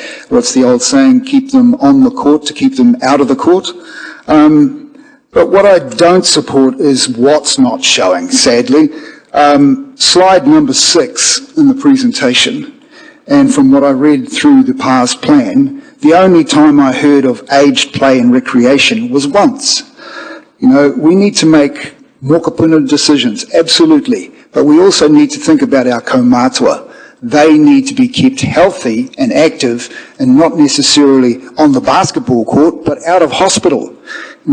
People don't deserve to end their lives in the way I saw my father-in-law do, because he just gave up because he couldn't play his favourite sport anymore, had a stroke and ended up costing us probably a fortune in taxpayer dollars. So the other key component that's not showing in this plan at all is the original reason that this whole process was started. And I refer to the actual line in the report adopted by the Strategy and Finance Policy Committee, that the committee support officers completing a comprehensive play, active recreation and sport plan to inform future decisions on the Westbrook Sport and Recreation Precinct and the Springfield Golf Course. We simply cannot afford 64 million, that was the original budget for that, and it's probably well over 80 by now, and by the time it gets to the end of the 2027-37 LTP, God knows what that would be. So financially, it just does not make sense to be looking at taking away a facility that we already have and turning it into something when we already have around about 8 fields that were retired and just run down that we could reinvest money into to bring them up to speed. We've got better things to spend our money on than something that's situated in the middle of a suburb that is terrible to get to when there's lots of tournament, when there's, for example, an international match at the stadium. That's just a pure example of how difficult that area is to use as a sports area. So while I support 95% of this, I'm afraid the last 5% I cannot support. Thank you, Councillor Patterson, for your comments. Moving on to Councillor Wing. Thank you, Madam Chair. I'm very happy to be supporting this. I think I'm excited about the opportunities that this will bring our community. As we've heard multiple times, the challenges that our current community is facing around being active and the accessibility, the affordability of sport and active recreation in our community is extremely important, and I'm very happy to be supporting this document that will hopefully help address those issues and enable better decision making for both us and for future communities and councils through that long-term plan. Also, I think echoing Mayor Tapsell's comments there, I'm really disappointed at some of the comments that I've heard that have seemed to be focusing on things in the past. I see this as a strategy definitely for our future in addressing those issues. This is the strategy that replaces the former strategy that was under the Vision 2030 banner. So, this is the new strategy for our council, to support our vision and our community outcomes that we want to deliver for our district. So it's nothing to do with the past. This is to do with the future, and it will guide us on how we can better make these decisions for our community to address those needs, and really to help unlock those opportunities for the economic benefit that sport and recreation brings to our community, while also addressing those social and cultural benefits too. So I'm very happy to be supporting this, and I think that will be my comments. Thank you, Madam Chair. Thank you, Councillor Wing. Move to Councillor Lee. Thank you, Madam. Thank you, Madam Chair. I'd echo Councillor Patterson's comments that I would also like to see Rotorua as the preferred home of Māori sporting cultural tournaments. It makes sense for Rotorua. The point at which it spreads onto the Springfield Golf Course becomes a little problematic when the last council managed to slip into the budget, despite there being no decision, $63 million for this project. Now, as we were recently told by staff, the cost of making sports and recreation available to the community, well, the community cover 5% of the cost, the ratepayers pick up 95% of the costs. Now, it's lovely that we can host tournaments from around New Zealand, and we had one recently, and I went down to it at the stadium, and a lot of people are enjoying themselves, and it's great for our tourism and accommodation sector, and fully supporting of that. But where's the public accountability for the $63 million, or the open checkbook that's being presented before us here today?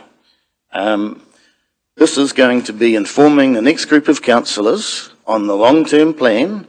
The public haven't been properly consulted on this, and Point of order, misrepresentation. I think it's been very well addressed that there has been a proper consultation process run with this strategy. So that is false information. Thank you, Councillor Wang. I agree, and references to past documents which you've just made also is not applicable to this particular strategy. Please continue. Madam Chair, this is the fourth document, I think, in a procession that started in about 2018 with documents that looked at the usage of sports fields and so forth. To me, this document reeks of predetermination. It's burning my nostrils. We've known since 2016 that the council was never going to renew the lease of the Springfield Golf Club. This is the fourth document that's been published that is going to support that line of thinking. And sorry, Madam Chair, I'm absolutely unable to support this ideological garbage, frankly. A point of order, Madam Chair. Language, I believe that's disrespectful and offensive, and also misrepresenting the truth of the matter. Thank you, Your Worship, and actually I agree with that, and I do actually ask that you keep your comments in an appropriate format, and disrespecting the work that the staff have done over numerous years is actually not acceptable either. So I uphold that. Are there any further comments, councillors? And if there's not, I'll go back to the mover with Councillor Waru. Thank you. Thank you, Madam Chair. Kia ora tātou. Pāreka says it all for me, so you know, that's where we want to go. Yes, there might be some things that some of us might not be 100% on, but that's just how it is. You know, there's never going to be something that's 100%. However, I 100% support the work that's gone into it, and so I think on that basis, this is why I was keen to move it, because we need to get moving on something. I'm sure these other things that, you know, looking after our kaumātua and all that, yes, totally support that. And I feel that probably as we move on this journey, we might be able to find that space in there to make sure we do that properly. So, Irungai Tera, this is the play active recreation and sports strategy. I suggest we get active and move on, because it's gone past 11 o'clock. So, kia ora tātou, support. Kia ora, thank you, Councillor Waru. On that note, you see the resolution before you, councillors. I'll now put that motion to the vote, and I'll ask that we have a show of hands. All those in favour, please raise your hand.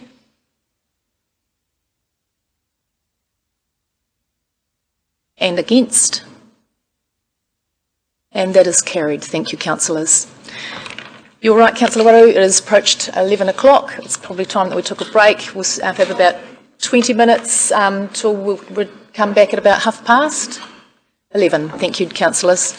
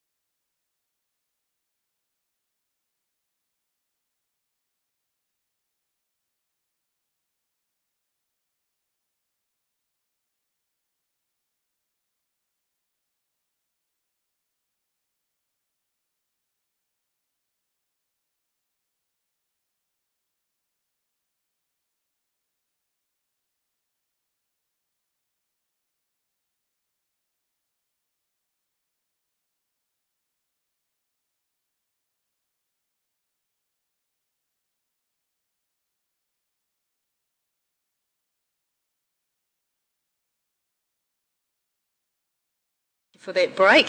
We're now on page 21 of your agendas, councillors, 7.2, the partnership agreement between Karamu Takina Trust and Council.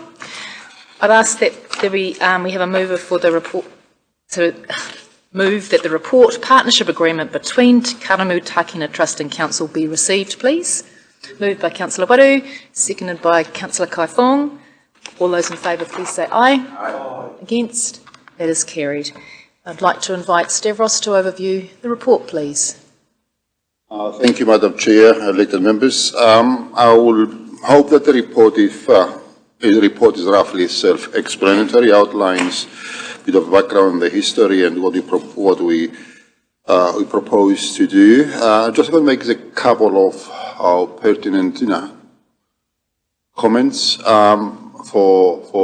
as an introductory, note. We have been working with the trust for some time right now. Before this triennium in 2022, August 2022, an agreement has been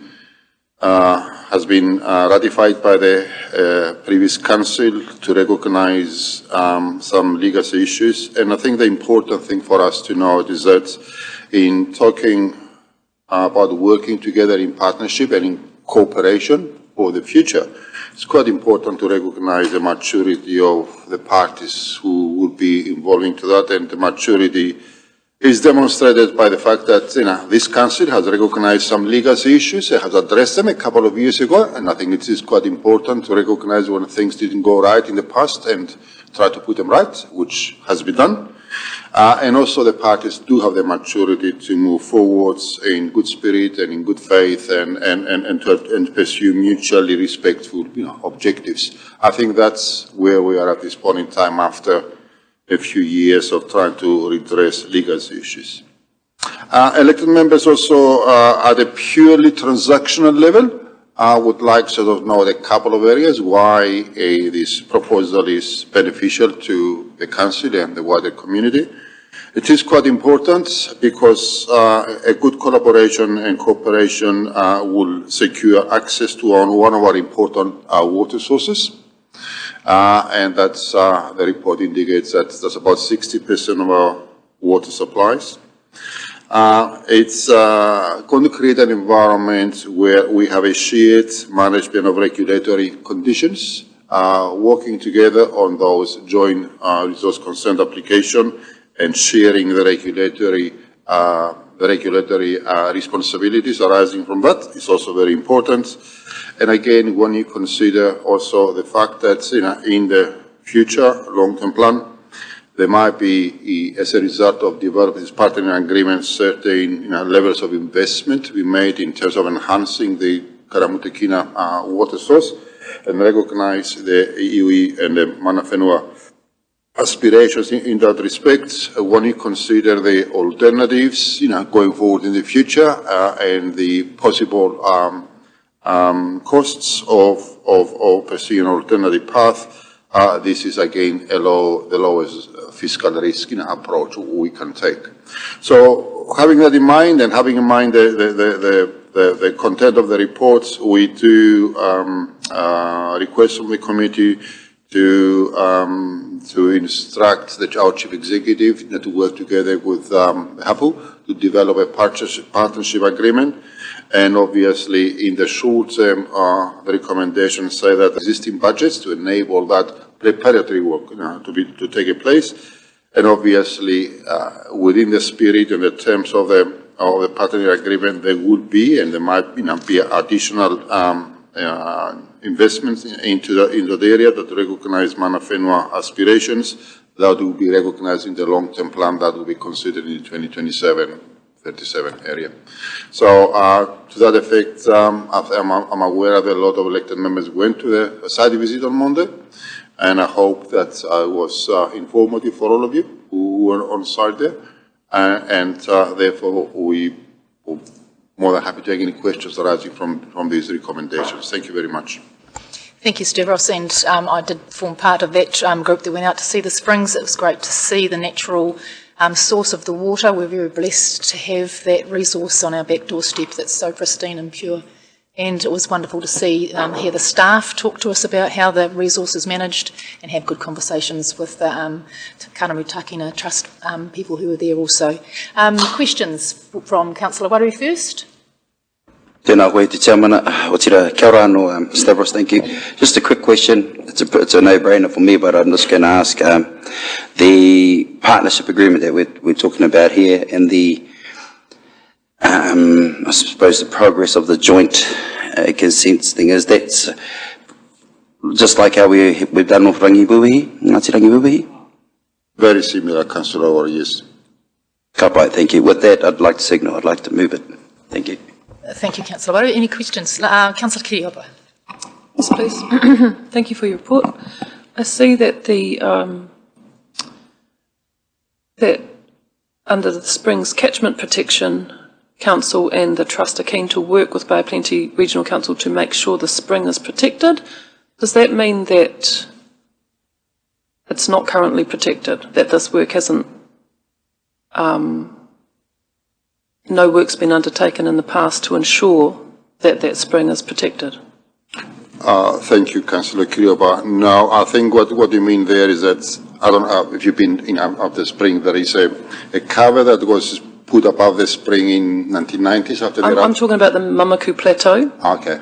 Has no work been done to have a look at what's happening in the Mamaku Plateau to ensure that the large underground aquifer and recharge area has been protected? Has that not happened Well, to date? not by us, because that's our regulatory authority for that. The regional council controls, the larger catchment.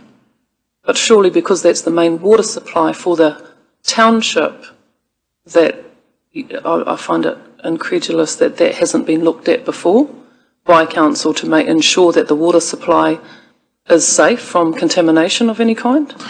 Well, Councillor Kirioba, the reason we've got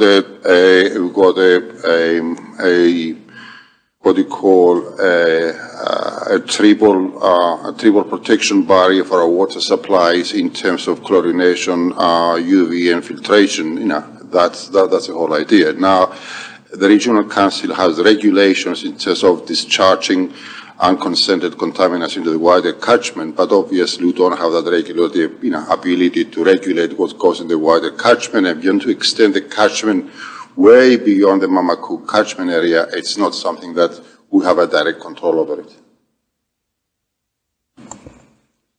Thank you. Councillor O'Brien.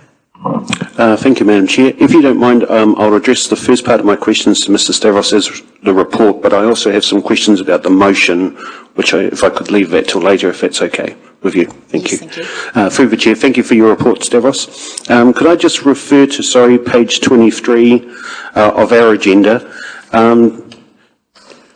to increase water conservation measures or make significant investment in a new water source will require costly investigation, etc., etc. Possible measures are sprinkler bans in summer, potential water metering to reduce peak demand, etc. So can I ask, previously we've sort of been told, well, we don't have a water shortage in Rotorua. In fact, we have abundant supplies. Some people might read this and sort of suspect, or, may raise with us whether we're putting in alarmist language in here. It sort of doesn't sort of fit with what we've previously heard on these meetings, that we are, have an abundance of natural water. So could I just ask you, could you go a little bit further than what you've put here, like how likely those measures or other measures would be? Some of the measures are already in place at the moment, like sort of summer education program to encourage people in the peak demand not to use, watering the gardens and so on. Sprinklers, funds, we always encourage people who don't actually enforce them yet. Water meters, it's an area that has been, potentially signaled in our long-term infrastructure strategy, but we don't see the need in terms of matching our current supplies with a future development strategy and demand.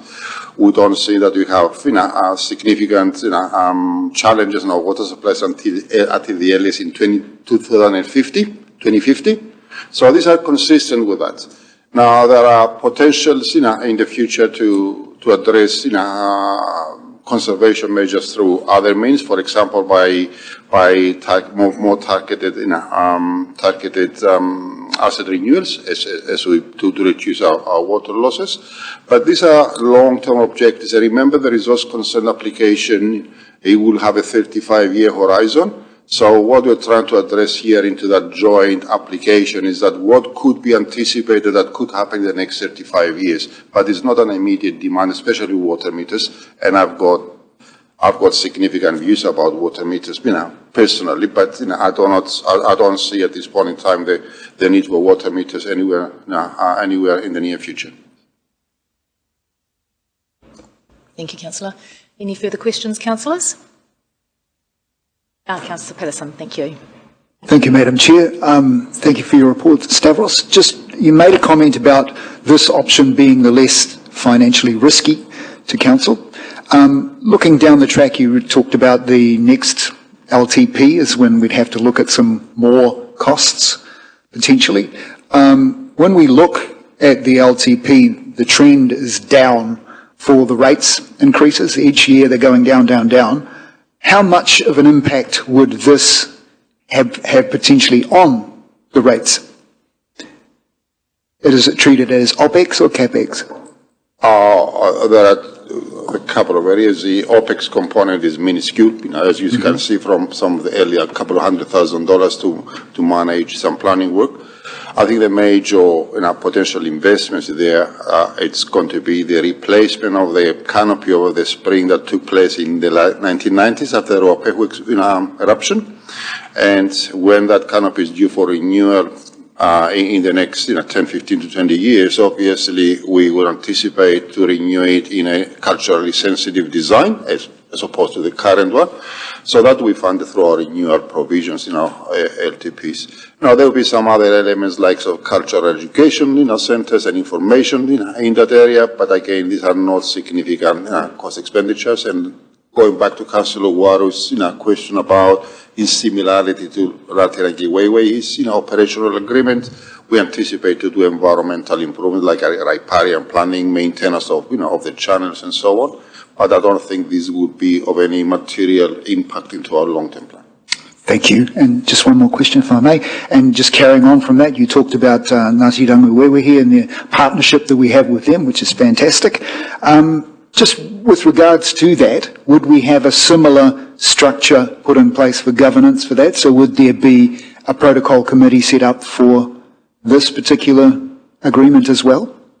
Well, I think there are two possibilities there. We've got a relationship protocol agreement, with Ngāti Rangi Wewehi. In developing a partnership agreement with Ngāti Kiaroa here, is going to, I don't want to preempt it. The Hapu might want to have a protocol relationship or may have an operational management relationship. So that's the whole premise of allowing the chief executive through us to develop that agreement and bring it back to the council, so you can ratify that. Thank you very much. Thank you, Councillor Pearson. Councillor Maxwell. Yeah, thank you, Stavros. Can I ask this in a question? Is the project here, is this beneficial like it was for us at Ngāti Rangi Wewehi, that we go jointly together to Bay of Plenty Regional Council for the consents which benefits us both? Thank you, Councillor Maxwell. This is beneficial on two levels. One is that we do have some legacy relationship issues which we have addressed, and we return the land, we fulfill that commitments we've made, and one of those commitments is to work together towards a joint resource consent application and a site operational management plan. So obviously from the relationship perspective it's beneficial.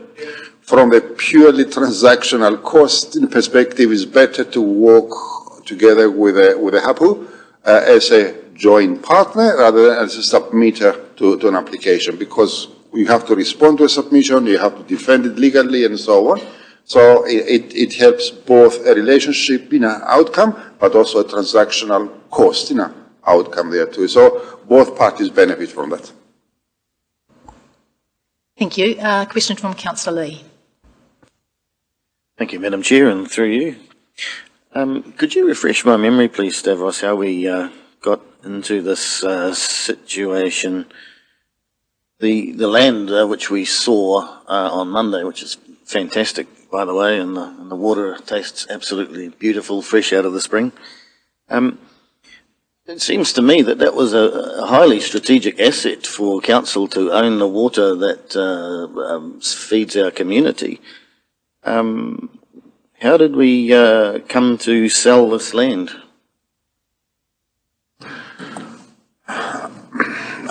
I'll be very succinct and brief. Nobody owns the water in this country. There's a law which says nobody owns the water. The land around the spring was taken by the council in the 1950s, if I'm correct, under the Public Works Act, in exchange for a compensation for the then value of the land. There was evidence produced over the last few years after researching the Maori Court information and land transactions, which indicated that the council was a little bit hasty in acquiring that land, and the Hapu requested from the council to return back the land that was taken over in the 1950s, and in exchange the Hapu will collaborate with the council and provide easements, to the land easements, to the spring. Because the water might be accessible, but obviously if the land around the spring is privately owned, then it will depend on an agreement to have an easement into that. And therefore, we have agreed to that. We return the land, we secure the easements, we have agreements to ensure that the amount of water taken is no less than the currently consented approach. So that's how we came to the current positions. And looking the next 35 years, we try to avoid a situation was developed after 1950s where people were aggrieved about the way the land was taken away from them and was managed. So that's what I'm saying, that you have now a mutually mature relationship which recognizes both parties' interests. We have an interest in securing water supplies. They have an interest in managing the land around that spring, and we respect each other's core objectives in that respect. Would you be able to send me the a map of the area that's been transferred? I'd be interested in understanding a bit more about that. Well, I think we should. I think the best thing we should do is to send you the August 2022 report that was ratified by the council in returning that that piece of language. My ex-colleague Gina Rangi outlined the history and the research behind it, so we can revisit that report. Okay, thank you. Thank you, Stavros. You provide that to all the councils. That have been most helpful. Thank you. Any further questions? There appear to be none. Thank you, Stavros, for answering the questions. We appreciate your time and the report. Councillors, in front of you there is a set of recommendations. Councillor Waru has signalled that he would like to move that. Do we have a seconder for that? Councillor Wang is a seconder. Excuse me, Madam Chair. Sorry, now that the resolution's been moved and seconded, do you mind if I ask the questions about the wording that's been put up there? Yes, go ahead. Thank you. So could I just clarify? So we're voting now to adopt these resolutions 2, 3, 4 and 5, that the committee agrees to instruct officers to develop a partnership agreement between the council and various trusts, right? So that will not come back to us once we vote, that's it? That's correct. We're instructing staff to go ahead, and that agreement will not come back to us for ratification. Just one moment, please. Sorry. Yep, no, thank you. I'd be more than happy to.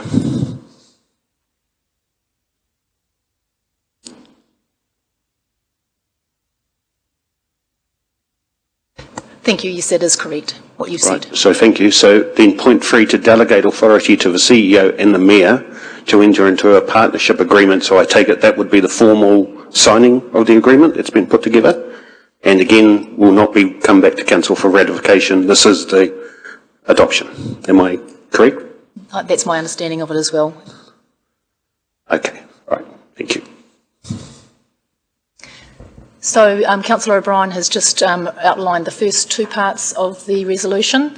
The last parts, number 4, to agree to fund the initial development of plans to give effect to the partnership agreement with existing budgets, and number 5, to consider any further funding required by such agreement in the next LTP for any capital projects identified within the partnership agreement. I will now open up for any discussion on these motions. Would you like to start, Councillor? Go last. Yes, Councillor O'Brien. Thank you, Madam Chair, and through you. Sorry. Madam Chair, normally I would be probably leaning towards agreement with this, but there's a few things. One, in the actual wording of the process that we're doing here, ratifying an agreement that I haven't even seen, or has any principles or values adopted apart from what's been put into Mr. Michael's report. Sorry, that's exactly what I stood against at the election. So I'm sorry, I have real concerns about how those two points. To agree to fund the initial development of plans to give effect to the partnership within existing budgets. With all due respect, I don't want to raise a red flag here, but you know, things are stretched between Rotorua, Infracore and other projects that are, you know, unbudgeted for. Is there still going to be existing budgets? I'd just be very careful about us adopting any sort of plans or anything when, you know, the financial pinch is certainly upon us.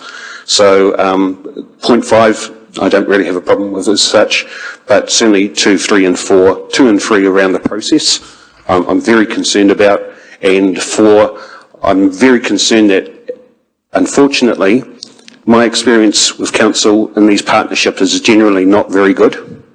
I don't know why that is. I'm not blaming anyone in particular, but we look at Rotorua, we look at our relationship with Te Tato, where it took us, where we had the working committee and it took us the best part of 18 months to come up with a committee. I don't know why these things aren't quite flowing better. And I'm concerned that if we enter in a partnership, which, you know, is very vague, I just regret, I would hope that we may be hope that we're not setting ourselves up for another problem or issue or failure. So at this moment, I'm sorry, as the resolution stands, I'll be voting against. Thank you. But I would like to acknowledge the kaitiaki and the generosity of the iwi and hapu involved with their guardianship over such an important resource and how generous they've been to the Rotorua district. But as the actual resolution stands, I won't be voting for. Thank you. Thank you, Councillor, for your feedback. Is there any other comments, Councillors? Councillor Lee? Thank you, Madam Chair. I share Councillor O'Brien's concerns, and I'd add to it that we seem to have a proliferation of partnerships, and these partnerships we're spending ratepayers' money, and what we see in front of us there is to consider any further funding required by such agreement in the next long-term plan. This is essentially binding this council to spend money in the future. Okay, one-off, that might be manageable. I don't know how many partnerships we actually have with various entities. I know we've got 30 plus committees that various elected members are appointed to. The additional concern with all of those committees is they're not publicly accountable, they're not open to the public, there's no publicly published agendas to Councillor, just before you go any further with that particular comment, I'd just like to correct you. Some of those committees actually are outside of council, and such as funding agreement committees and those kinds of things, so they're actually not, you're referring to them in that group. So, yeah, yes, there's a range of generalisations. Just be very clear about what you're referring to, please. There's a range of committees of different kinds. I acknowledge that, including Friends of the Library is one of them. So, yeah, I understand what you're saying.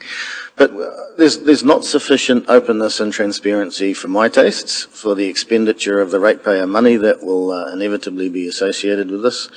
I'd be interested in knowing from perhaps Mayor Tapsell and Councillor Kai Fong, Councillor Wang, Councillor when they voted to sell this strategic asset in 2022, whether, you know, what they were thinking. But as it stands, this is concerning to me. Thank you, Councillor Lee. Councillor Patterson. Thank you, Madam Chair, and through you. Just with regards to the motion, I have concerns about that. I agree with the path, I agree with the outcome that we're going for, but I'm not quite sure about the process. Partnerships are really, really important, and therefore all of us should have a say in how that partnership agreement is made up, because it's our name. When people see Rotorua Lakes Council, they think of us. So we should have the input into the final say. So as it stands in the process that's listed there, I can't support that. I support the project, I support the partnership, absolutely, but I would prefer to see something added to that that would mean we get to finally ratify it before it goes any further. Thank you. Thank you, Councillor. Councillor Kiriopa. Thank you. Can we not edit the point to say that committee agrees that the officers develop a partnership agreement or draft a partnership agreement to be brought back to council for ratification? Is ratification the right word? Well, yeah. Thank you for the suggestion, and it will be over to the movers of the motion whether they wanted to consider any changes.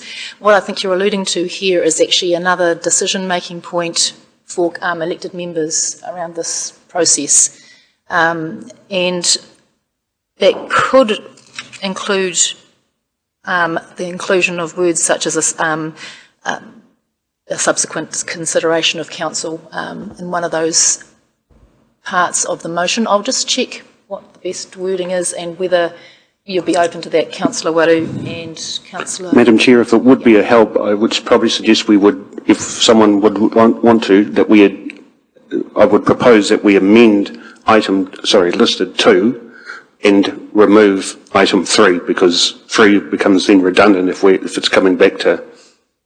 Sorry, I hope that helped. Sorry, to save time. Sorry. Thank you. That would be probably the most sensible way. That depends on the mover and the seconder.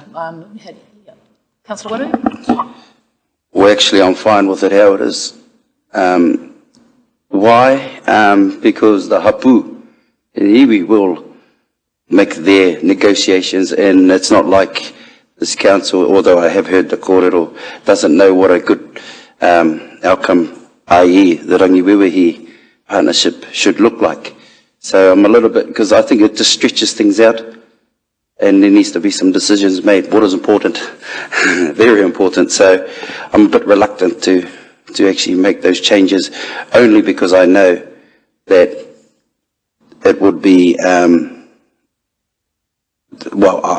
just have trust that it will happen in the right way. So sorry, kia ora. That's how I feel. No, thank you for your feedback, Councillor. You are the mover, and that's fine. It will remain this way for the moment, unless you want to put that amendment, and we'll go down that track, councillors.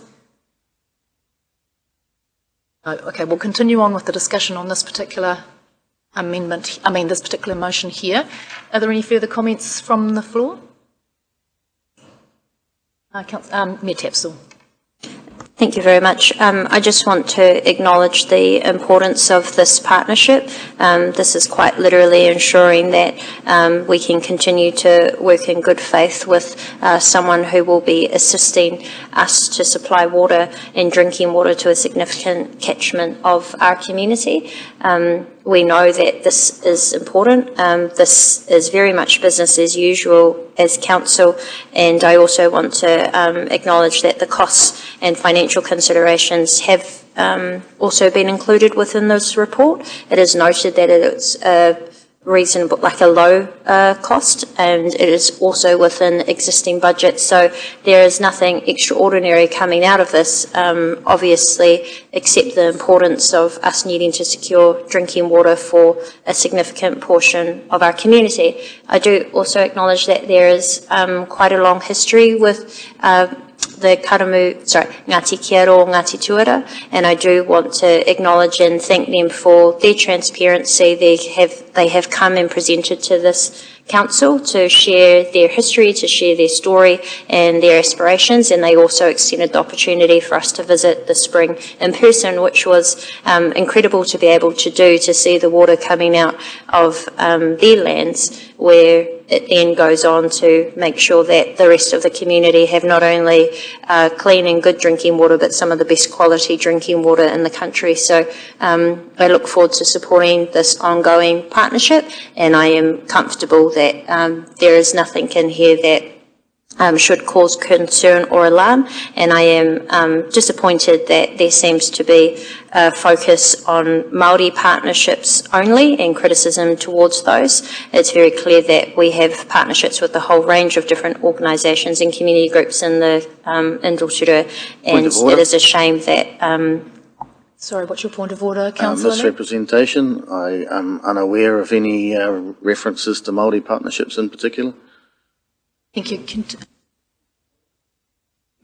And it is a shame that Māori partnerships and protocols keep getting raised. Every single one is individual and is connected to land or assets of which our wider community actually enjoy the benefit of. Thank you, Madam Chair. Thank you, Your Worship. I'll just ask your indulgence for a moment. I'll just get some comments from Paul Walbrook around this. Kia ora tātou, and through you, the Chair. Just some considerations for elected members to contemplate. There is a sense of frustration from Karamutakina Trust about the ongoing delays to formalise an arrangement. So might there be consideration for elected members to put a date in order for staff to work through to, so that we can signal our commitment to secure an arrangement or a relationship agreement of such. The other point that I'd like to raise, and just to gently remind elected members, is the value and the reason why iwi and hapu seek to have formalised relationships with local and central government. It is a trust issue, and it is the point being that it endures the test of time for both sides in the changes of people that sit on those entities. The last point is these are significant risk mitigations, and in particular around, and I'll use water as an example, there's many others. When we go to secure a resource as a council, as an applicant to regional council look favourably when the treaty partner goes together. And you've got instances and examples in your district already of the success of that. So council should consider in their decision making, do they want to go hand in hand with a treaty partner, iwi and hapu, or whatever entity that is, or do they wish to go alone and then face the risk that they could find opposition, and then your relationship sits with lawyers as opposed to the decision makers of either side of that relationship. So just some points for you to contemplate in your decision making. Kia ora. Kia ora, Paul. I probably should have gone to you earlier for that commentary. Are there any further comments? Councillor Maxwell, discussion, and Councillor Wang after. Thank you, Madam Chair. I wasn't going to say anything because it's been a wonderful relationship with our tribe that is just completing a lot of the arrangements and the partnership with Ngāti Rangi Wewehi, and it was what was said by the Worship, the Mayor and Paora, because of that trust in each other and agreement. But it wasn't always like that. Many years ago, we couldn't get our tribe anywhere near the council building. There was very much unhappiness for a long time because, again, the dreaded Public Works Act, and our people here from Ngāti Tuara and that, they're going through the same thing. Unfortunately, I guess first-time Councillor Lee, who's been here, just a shame that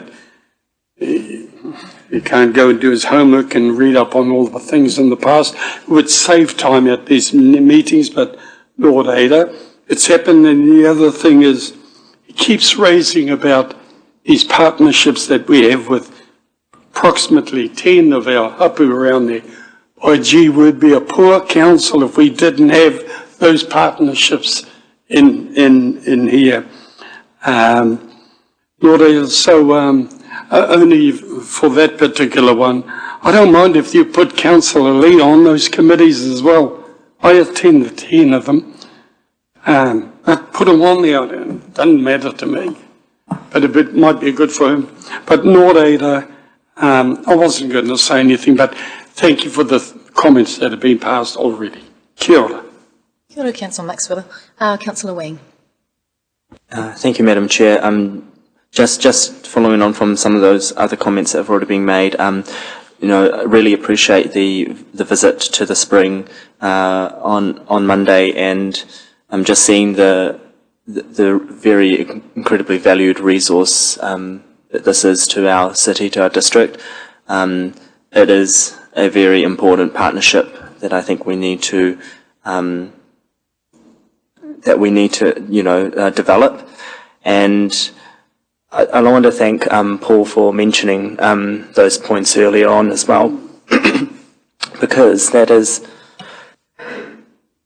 one of the risks that I saw in the report, that without a partnership agreement, that the trust can still submit their aspirations through a submission to the regional council, and that those. And then they may become resource consent conditions. So instead of us being proactive and front-footing it in goodwill as good partners, we could have those conditions imposed upon us, which would obviously, as mentioned before as well, further damage that partnership relationship. So, this is a very important resource, both currently and for the future in the development of our district, and I'm very happy to support this partnership between Council and the Karamu Takinga Trust. So thank you. Thank you, Councillor Wang. Now, Councillor Lee, you've already spoken to this. Yes, I have, Madam Chair. I'd appreciate the opportunity to reply to Councillor Maxwell, and given that he referred to me in particular. Please, you are welcome to have the opportunity, but be civil. Thank you. Thank you very much, Councillor Maxwell, for the invitation to attend some of these protocol committee meetings or partnership meetings or whatever they are. I'd be happy to do so. It is the openness and transparency that doesn't seem to be there that concerns me most. And I think not only myself, but also the media and the public might like to attend those meetings as well. And I think that is actually a requirement under the Lagoima Act. But I would certainly be willing to accept the invitation. And thank you very much, Councillor Maxwell. Councillor, those are the not committees. Point of order, misrepresentation regarding a lack of openness and transparency. These meetings are reported back through our Charterweb progress reports. This has been identified to the councillor a number of times. That is public information. Thank you, Your Worship. Point of order. What's your point of order, Councillor? Misrepresentation. How so? Under the Local Government Official Information and Meetings Act, such meetings are required to be notified in at least 2 days in advance. They're supposed to be publicly available agendas. The media should be able to attend by default, and the public. And this is just not how it operates. Through you, Madam Chair, and Greg may be able to just assist on this. These aren't constituted committees; these are protocol agreements. So they're an agreement with a group, and so that's defined the relationship in many of these circumstances. So there is an opportunity that they are being provided back through reporting mechanisms, as Her Worship has said. But they're actually an agreement between an entity or a group and council to talk to each other. Thank you, Acting CE. So if there's no further comments or discussion, you have the... Oh, yes, Councillor O'Brien. Thank you, Madam Chair, and thank you for your leniency. Could I just reiterate my concerns were about the fact that we're agreeing to a partnership document which will not be ratified by this council. Now, sorry, we went off into some tangents about... sorry, I don't think I've ever voted against anything that was proposed for Māori that I can recall, and I'm happy to be corrected.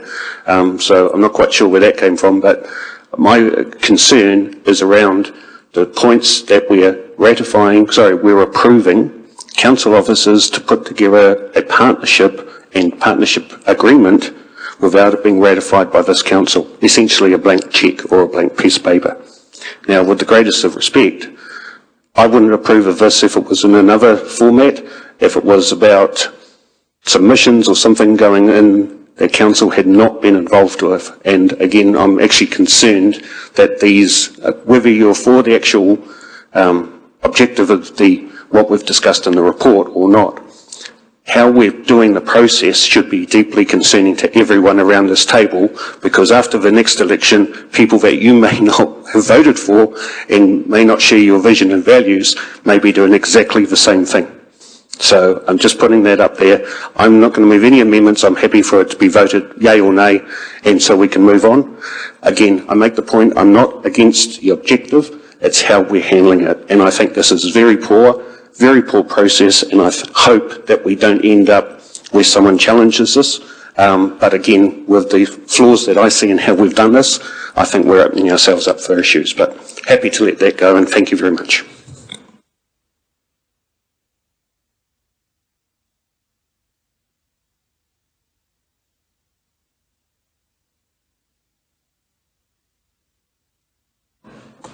Thank you, Councillor O'Brien, for your feedback and for just reiterating your concerns, which have also been spoken about by others, councillors.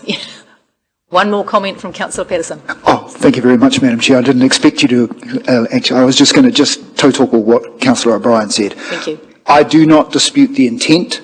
I just am not comfortable with the process. Thank you. Thank you. Yes, we've made that very clear, and there was no amendment made to this motion, and so at the moment this is how it stands. And so on that note, oh sorry, Councillor Barrow, did you actually want to speak to the motion? Yes, please. Thank you. I was waiting for everyone else to have their kōrero. Hoi anō e te tamuna, thank you.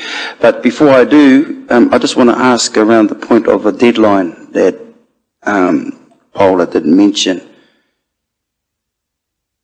Would that be, or how could we go about making that, or was that something for the CEO and the Mayor to take note of?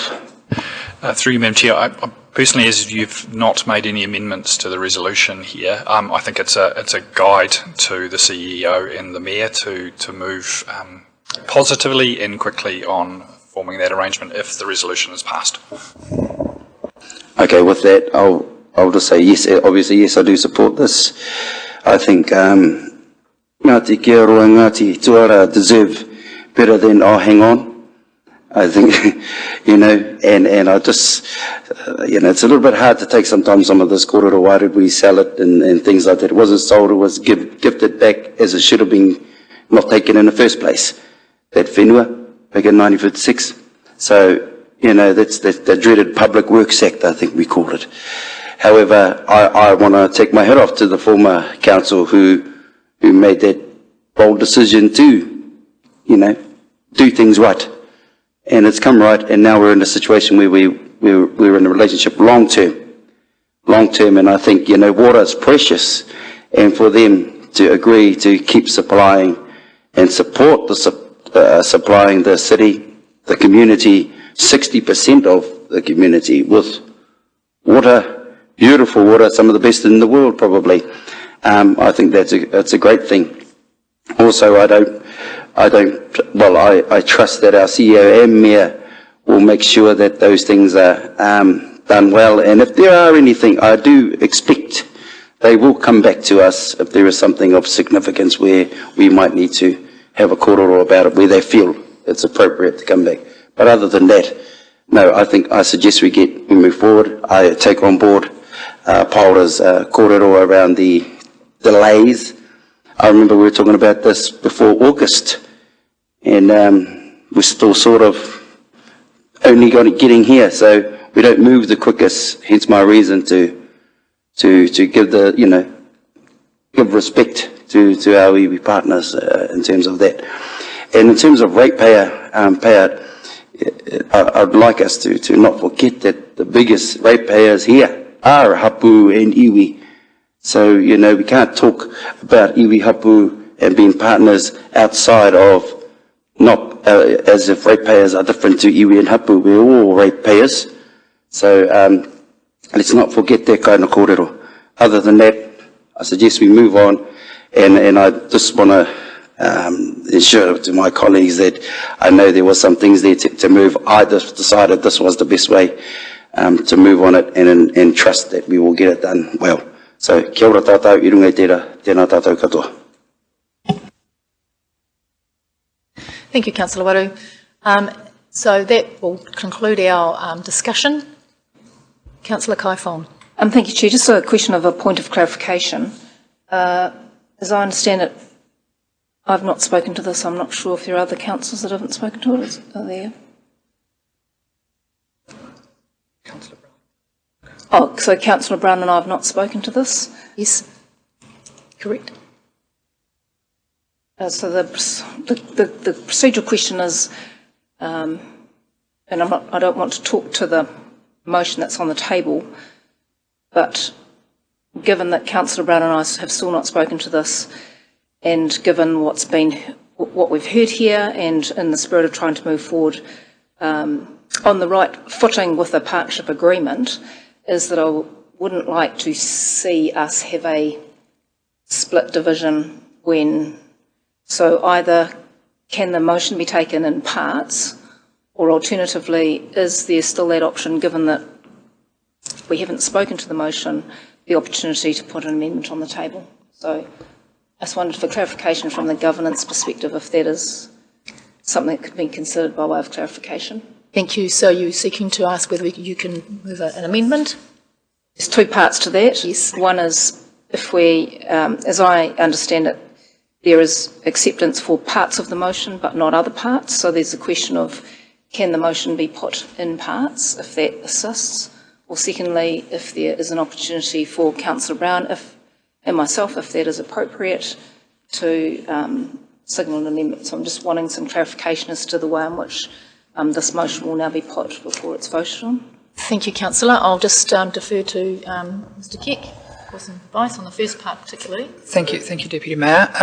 Just for clarification around the amendment process, and then if that would be okay with you, Madam Chair, if we can just take a minute to confirm the taken in parts perspective. But from an amendment perspective, from my records, we've got 3 councillors who have not yet spoken to this motion, and so any one of those 3 councillors may move an amendment and be seconded by one of those other councillors. And those councillors at this point in time are yourself, Madam Chair, and then Deputy Mayor Kaifong and Councillor Brown. So if we can please take a minute just to confirm the first part. Sure, thank you. If we don't mind, councillors, we'll just take a 5-minute break while we check up on the process. Sorry, Madam Chair, even if I signalled that as the mover I would speak last to this, does that still stand?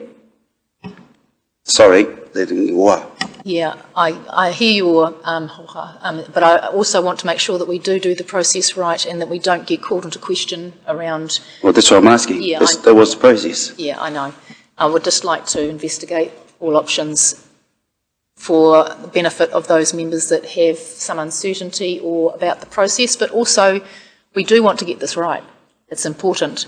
So I would just like to take a 5-minute break while the governance team actually consult over this, please.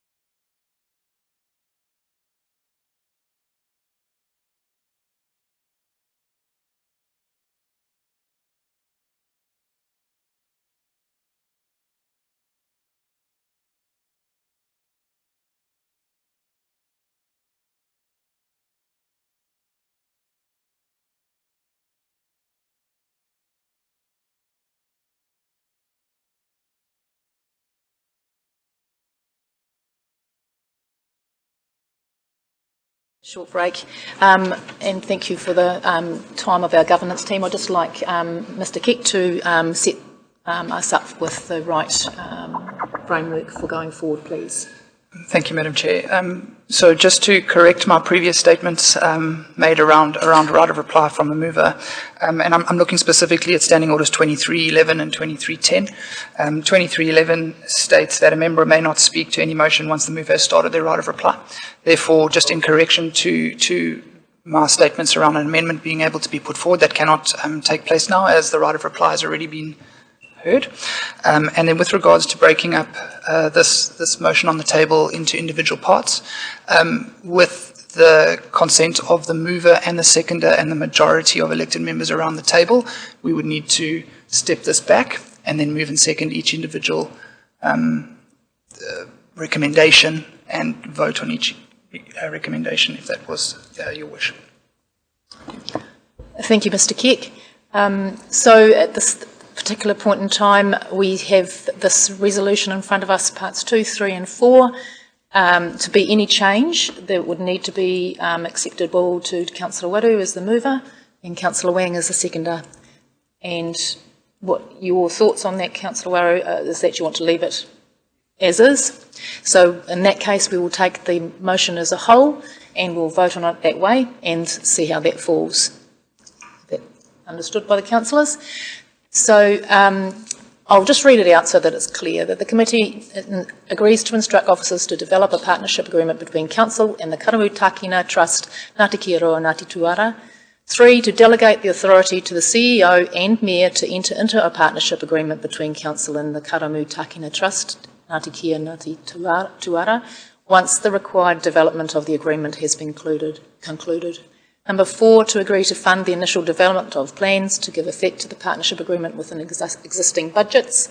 And number 5, to consider any further funding required by such agreements in the next LTP for any capital projects identified within the partnership agreement. I'll ask with a show of hands, all those in favour.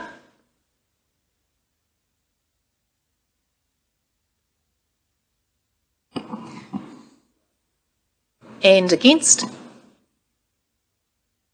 Thank you, councillors. That is carried. And we will record that vote. Thank you.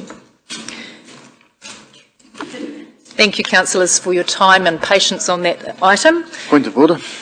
Yes, Councillor Lee, what's your point of order? Just a point of clarification, if I may. Just like to provide a little clarification on my comments in relation to agenda item 1. Councillor, that's not a point of order, so we're moving on to the next item of business. As you wish. Thank you. The next item of business is item 7.3. It's the draft terms of reference for a wastewater treatment plant advisory group. I'd like to move that the report draft terms of reference for a wastewater treatment plant advisory group be received. Moved by Mayor Tapsell, seconded by Councillor O'Brien. All those in favour, please say aye. Aye. Against? That is carried. Before I invite Stavros to overview the report, I'd just like to foreshadow that I'll be proposing an alternative set of recommendations for this report, and I will speak to the reasons why shortly. I just want to put them up in front of you so that you're aware of what I might be proposing and whether you will be finding acceptable. These are not substantially different from what was recommended in the report, but are perhaps more sequential in nature, and you can see them up there for your viewing, and we'll talk to it later. But from this point forward, I'll invite Stavros to overview the report. Thank you. Thank you, Madam Chair. Very briefly, as elected members will recall, back in June, the Chief Executive and myself presented an updated risk profile for our wastewater treatment system that comprises 2 parts. One part is the box, the treatment plant itself, that is in the process of being upgraded at the moment. And the second part of the process is a discharge point. As we talked back in June, and I think the report outlines again, the initial intention was that once the treatment plant could be upgraded to the highest possible technical level, so we know today, there will be a significantly reduced need to utilize an extensive area of the forest for irrigation or spraying, because you don't need to remove nitrogens or phosphorus or pathogens anymore. The treatment plant will be doing that. But under the Kavanata that was agreed back in 2021, the current 400 hectares of forest utilization will be reduced down to about 10% of that. However, as is emerging at this point in time, the mana whenua who will inherit the lands from CNI, they have some reservations about continuing the discharge into the forest. So therefore, that presents a risk in terms of our consenting process that we will need to consider. The Chief Executive signaled that he would like to revisit, the considerations for where the future discharge may be, and therefore he suggested that the formation of a wider advisory group, is made in order to discuss the options, including potential landowners, mana whenua in that area, but also other members of the community who have an active interest in the financial and future perpetuity of that process. So the Chief Executive wanted me to present a draft terms of reference that's in front of you. It's not for decision making, it's simply for your awareness and also to gain your feedback. So please provide the feedback and then we will finalize the terms of reference with the Chief Executive, considering and including hopefully your feedback, and then we'll bring it back to you for approval before we actually commence the advisory group. So that's all I want to say. Thank you very much.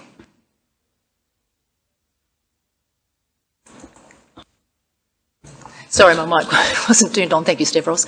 Now, we'll open up for some questions to Stavros regarding what's contained in the draft recommendations for an advisory group. In the first instance, are there any questions? Councillor Kiriopa. Thank you. My first question is, just in regard to what you've just verbally stated, can you just clarify for me, do iwi have reservations or have they said no? At this point in time, there are the reservations. So it's, okay, it's not a different... Of course, we haven't applied for resource consent, Councillor Kiriopa, yet. Okay. Oh no, I'm meaning in terms of their land holdings being available or not. Do iwi have reservations or have they said no? I'm not aware they said definitely no, but they would like to explore other options. Iwi would like to explore other options? Yep. For their lands? For the discharge point. Right, okay. So I've got a number of questions because this is of real significance to our whānau and hapu. In terms of the advisory group operations and composition, you've got, you propose the advisory group members shall be selected by their representative sectors and agencies based on criteria outlined, and yet iwi representatives shall comprise members as defined by Appendix A, and we can't put Appendix A up on the screen, can we? My question is, why is Council deciding for hapu and iwi who will represent them in these discussions? Oh, thank you. I think you're absolutely right in that respect. I just want to reiterate this is a draft example of who could be in there too, and on the basis of the connections if we go to those areas, that Appendix A was created as a demonstration, but the purpose of the recommendation is actually for the Chief Executive to go away and identify the potential representatives. So perhaps it's let's say ambiguous that we have a draft in a table in there, but that's not the intention to follow, that table. Right. So my second question is, in the previous consultation that went along with iwi, or the previous process, which is what you've got in Appendix A there, isn't it? Ngāti Whakaue and Tūhourangi are identified, or are represented within that. What about the voices, or is that new process of identifying who, is that open to the voices of Ngāti Rangi Wiwahi, Uanuku Kōpako, Ngāti Pikiao and other smaller hapu who are equally mana whenua of Lake Rotorua, which will be significantly impacted by any decision that Council makes, or this advisory group makes? Well, I do not have a definitive answer of that.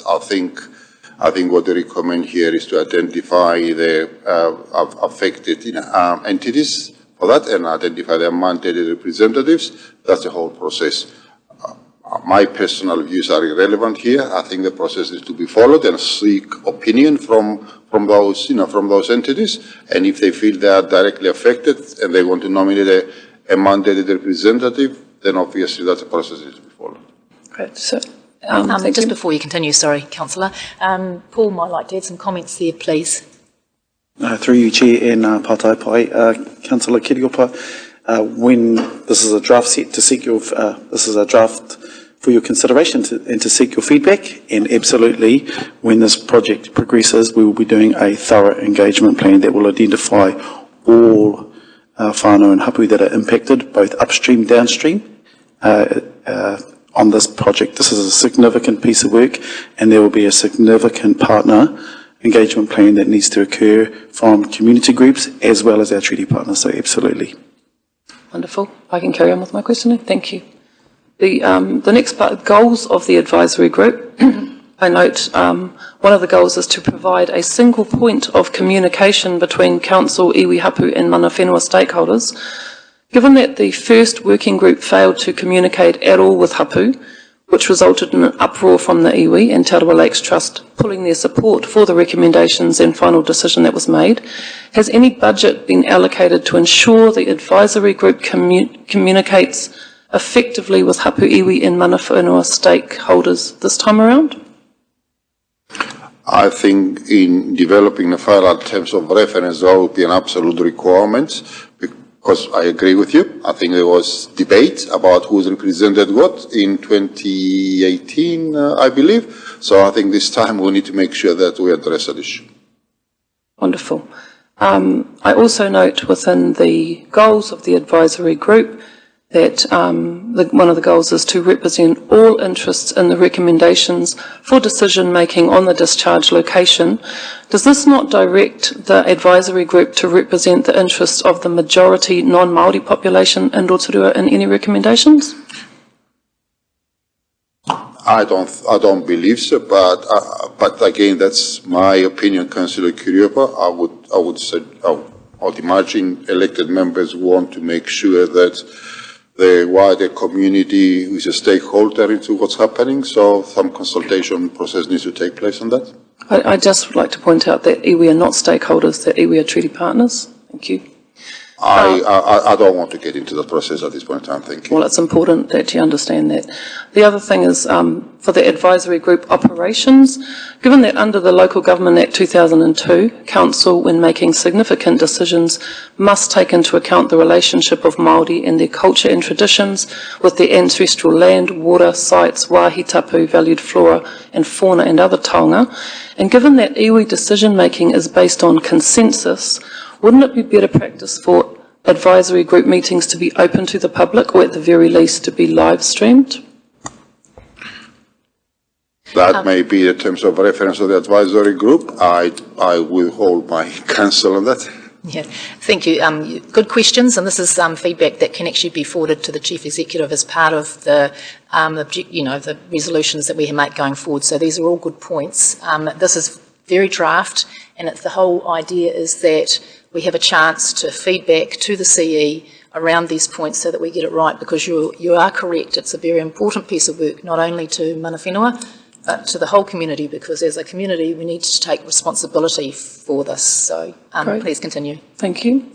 If meetings are going to be held at marae and advisory group meetings are not open to the public as it's proposed within this terms of reference, are you expecting hapu not to be able to attend meetings that are held at their marae, which have different rules to? I think this is getting into a level of detail that perhaps we can't answer. It's just that it's outlined in the terms of reference. I have concerns and real questions about what's been outlined. Yes, I understand that, and some of the questions that you ask can't be actually answered because it will be a process that evolves with the Chief Executive doing his work to actually follow the steps there if we do decide to go with this. But first of all, your feedback needs to be given to the CE so that he understands really clearly where your concerns and areas of support actually lie. So forgive me if you won't get the answers that you need today, but if you raise those issues, we will take a note of them. Right, I'm raising them now. Thank you. Perfect.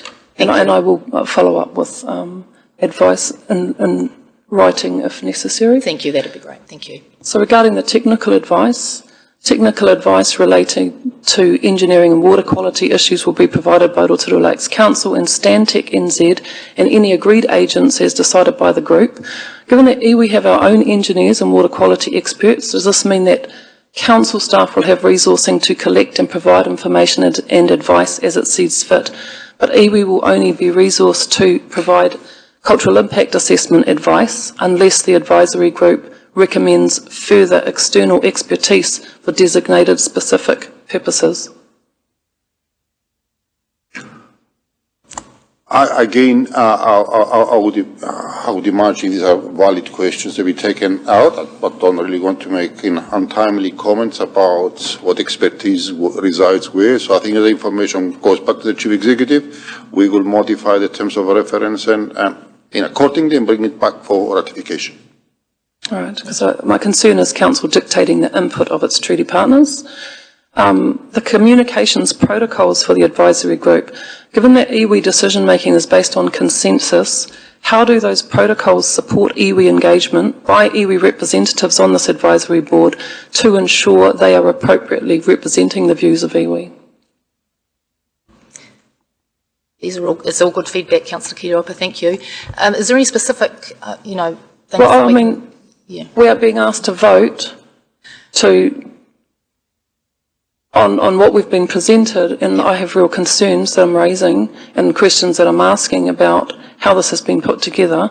Because, well, here's a question: what is the difference about this approach from the process undertaken last time that resulted in significant backlash from Te Arawa iwi in Hapu? Well, I'd imagine at the face value, one of the significant differences here is that, as you outlined earlier, Councillor Kiriopa, is that people who are taking part into the TAC, the Technical Advisory Group, to consider the cultural impact assessment they were accused of, noted of, that they were not representing their mandated communities. So we try to avoid that. We should try to make sure that we don't repeat that process. Now, I don't really want to expand a lot more than that. And any thoughts around how this process is not Council prescribing for its treaty partners what their engagement will be in this process? Again, it's extreme. It's my individual view here, but I imagine that when you involve representatives, mandated representatives of that particular group, you would expect those mandated representatives to advise what's the best way to get the internal consultation process. I would imagine. All right, my final question. A number of councillors raised concerns during LTP deliberations that the budget requested and confirmed for this piece of work would limit options. Given that Council has already confirmed it does not have any potential land holdings suitable for the discharge of wastewater, do you agree that the budget requested and allocated for this project limits options to such an extent that discharge into Lake Rotorua with mitigation of some form or other will be the only recommendation available to this proposed advisory group? I cannot confirm that, because the whole point of setting an advisory group is actually to explore options, and if that would necessitate a budget revision in the next LTP, then that's a decision all elected members can make. Thank you, that's all my questions. Thank you, Councillor Kiriopa. Are there any further questions of clarification around the document? Councillor Patterson, thank you. Thank you, Madam Chair, and through you, thank you for your report, Stavros. Just a question regarding the timing and the deadlines for this, for people who are listening and can't see what we're looking at. What would be the absolute end date for this project to make a decision as to where the treatment, the treated water would be discharged? What's the absolute end date that we'd have to decide? Thank you, Councillor Patterson. The upgrade of the box treatment plant is scheduled to finish in early 2026. So by that stage, we really need to have at least a directional idea as to where the discharge point is going to be. In the absence of an agreed solution to that, existing rights will prevail and will continue to discharge into the forest. So we have that option? Well, unless we have an agreed alternative location, it's very hard to find out, at a legal basis to say, well, you stop treating sewage of the city, so you've got to continue to use existing rights, in discharging into the forest. Also remember, we do have a Kawenata agreement that's agreed that the Manawhenua in that area would agree to provide a smaller footprint area in the forest. That was the agreement we had, and we hope that's a viable alternative too, because you don't need the same area in the forest anymore, because treatment will be activated in other treatment plant.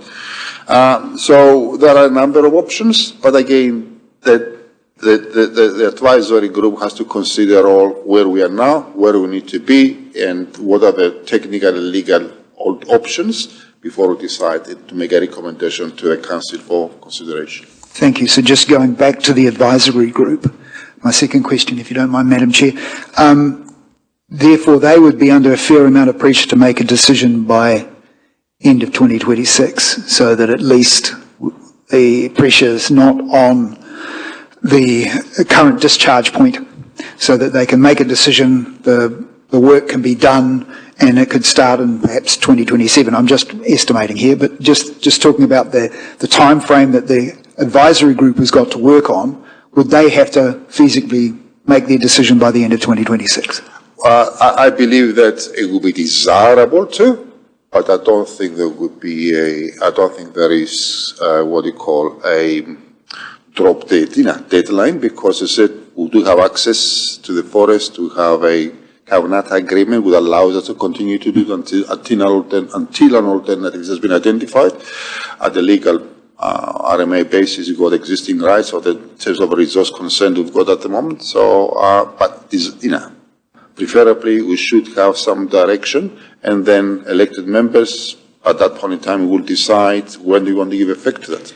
So last question, Madam Chair. So speaking of elected members, I note there are none on this group. What would happen if somebody who's in the group stands for council? Would they have to step down? Can we revert back to you again? Just hypothetically. I believe that we need to separate a technical advisory group from a decision-making or the governance body. And I think we need to remove that kind of conflict.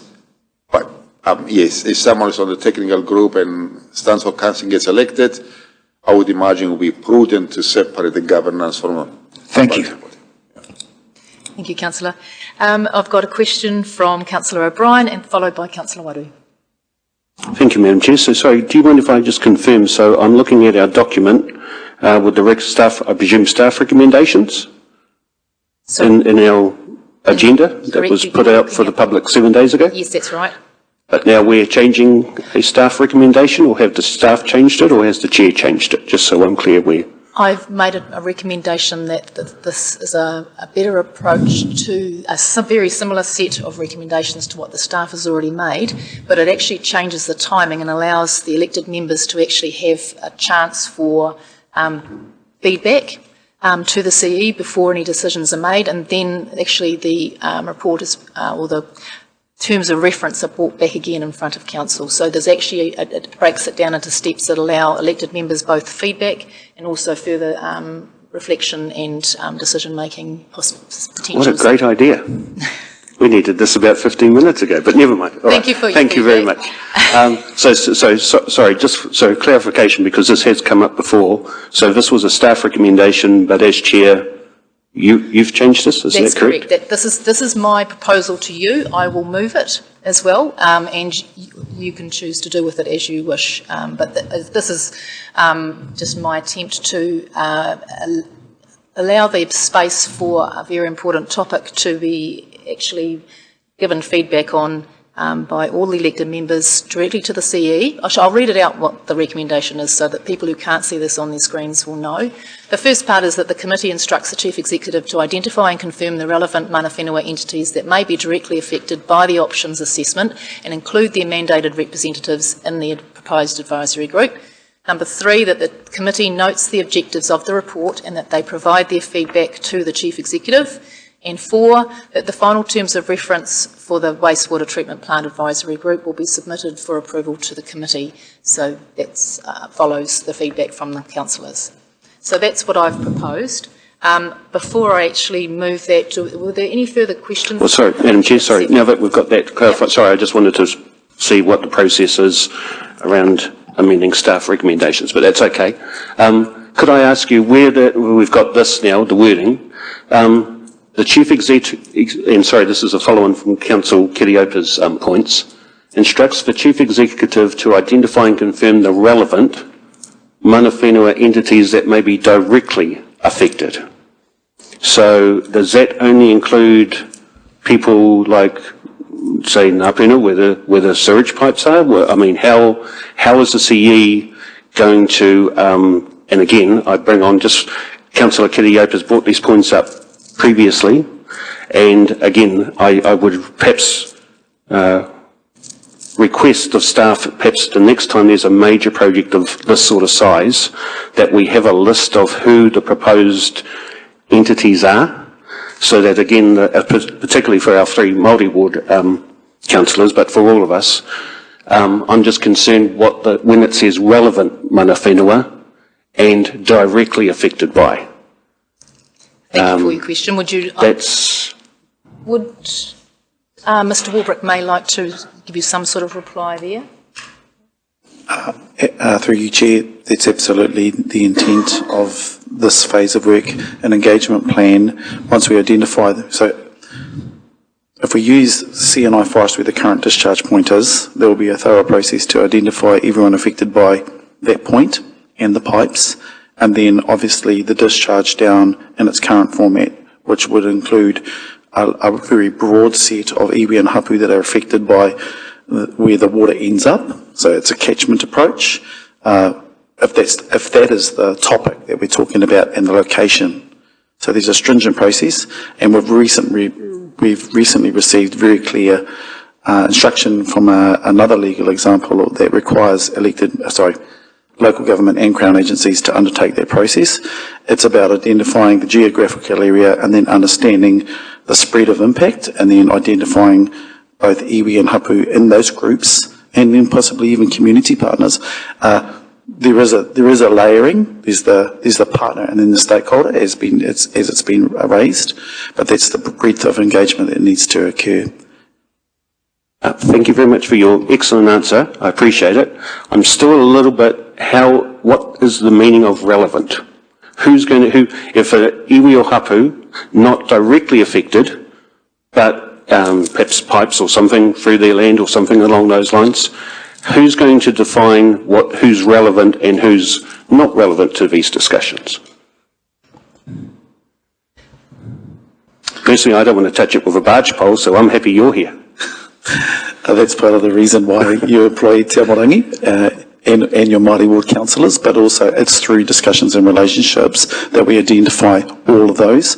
I think my simple test is identifying the activity and then understanding the impact and bringing those two. So we identify where the infrastructure may lay, and we identify the activity and then its broader implications. So the infrastructure and assets, where do they sit on the ground?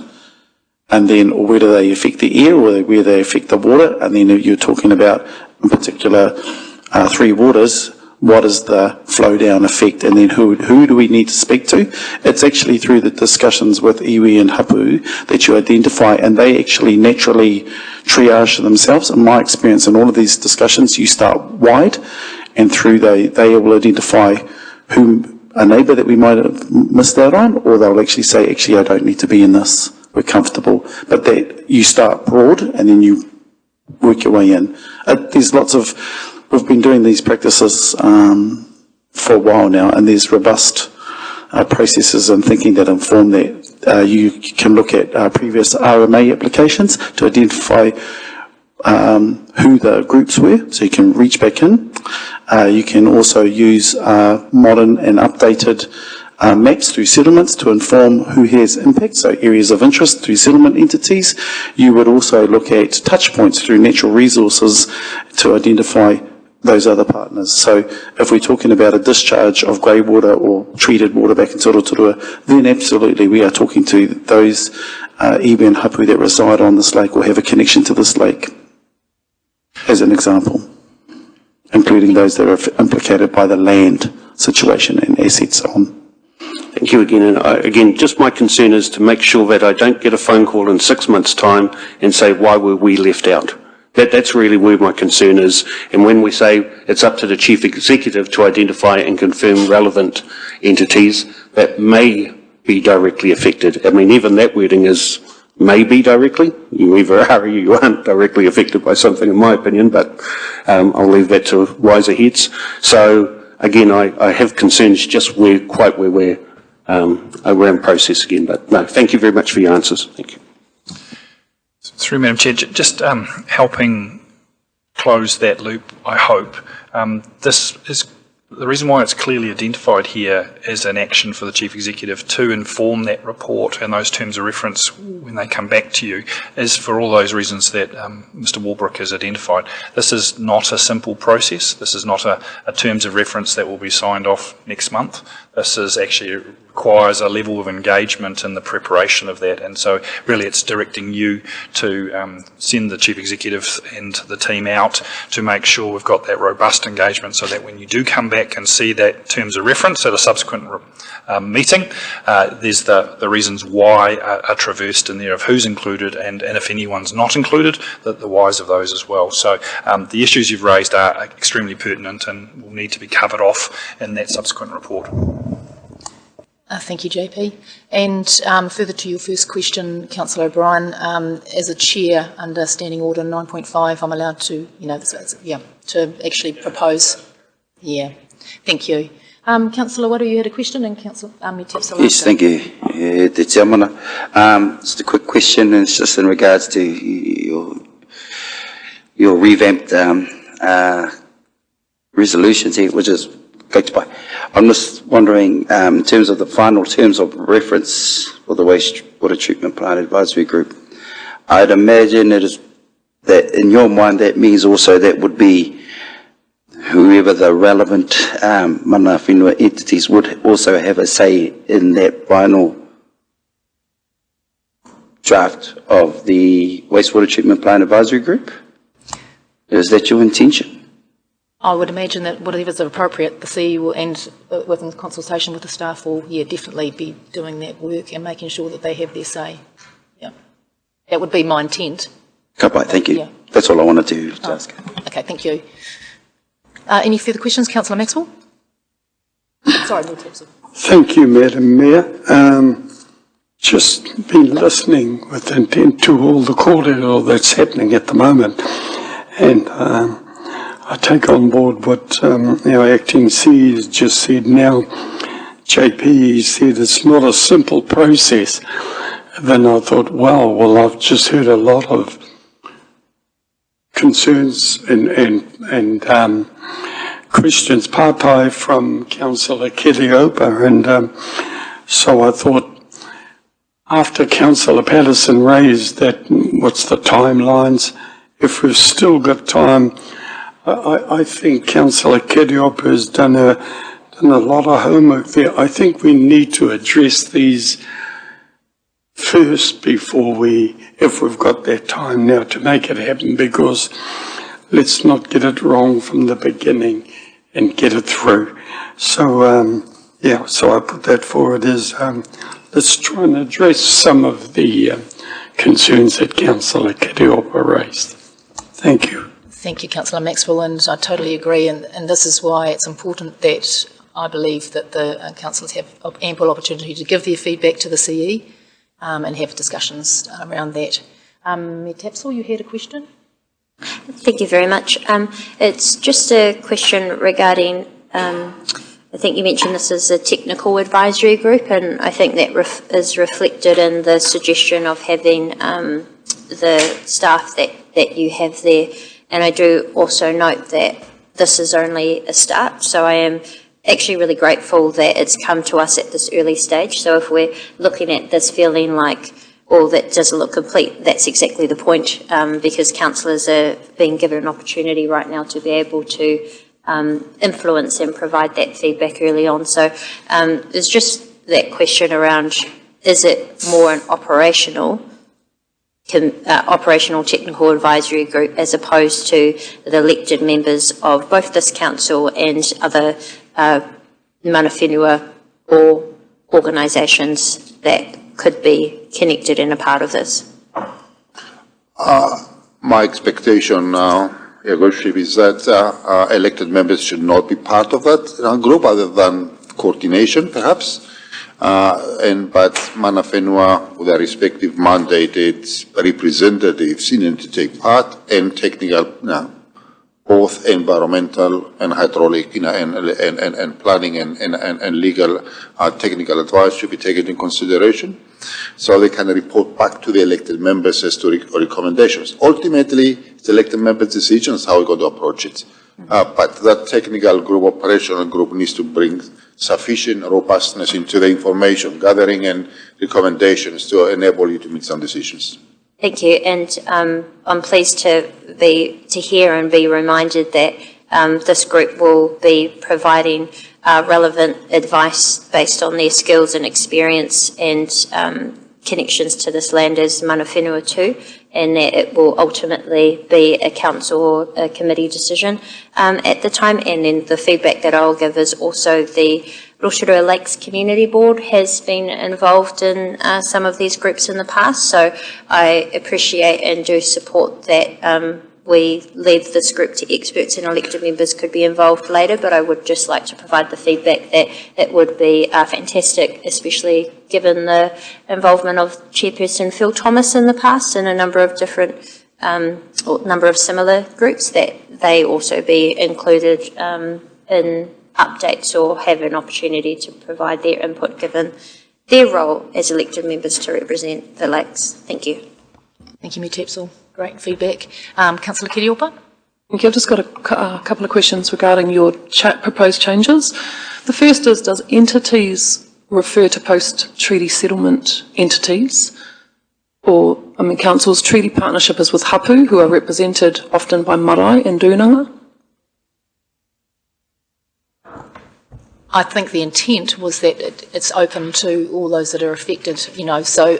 Can we reword that to ensure that it's not narrowed down to just what entities means to iwi, which is post-settlement governance entities? Understood. Thank you for that feedback. The second question is, there's a part missing, and I just wonder if you'd consider it, and it's kind of what Councillor Waru was alluding to.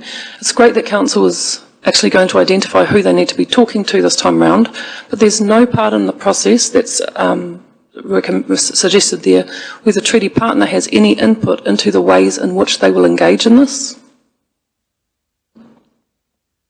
So we're identifying them, and then essentially the proposal is this advisory group.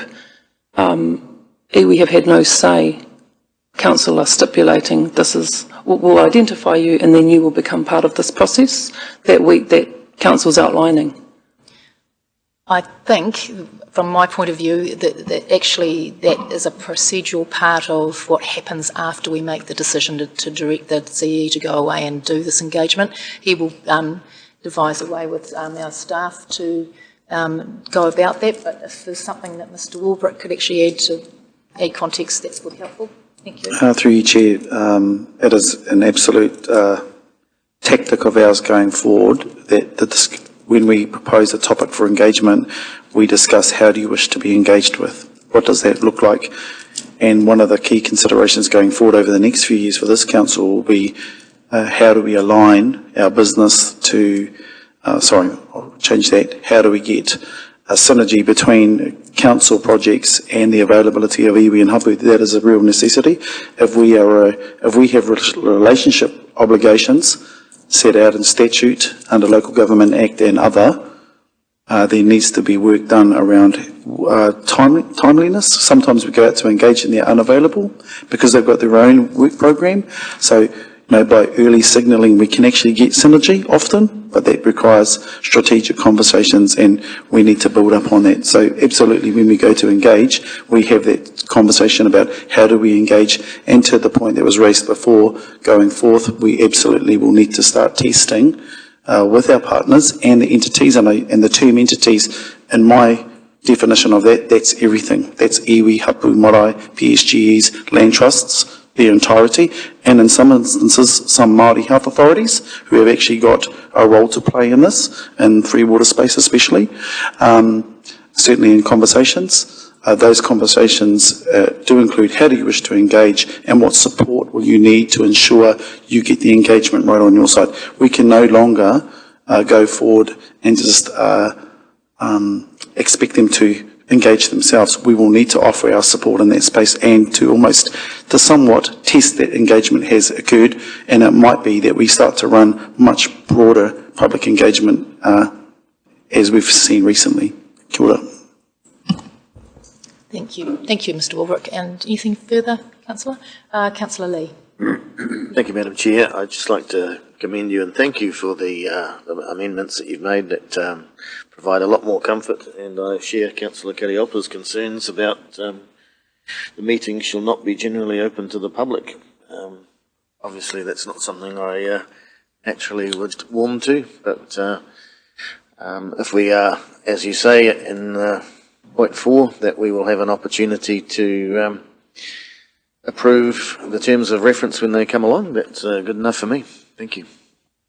Thank you, Councillor. And you also have the opportunity, if we do pass this resolution, to give your feedback directly to the CE, so that it's fed into the draft that's going to be produced as well.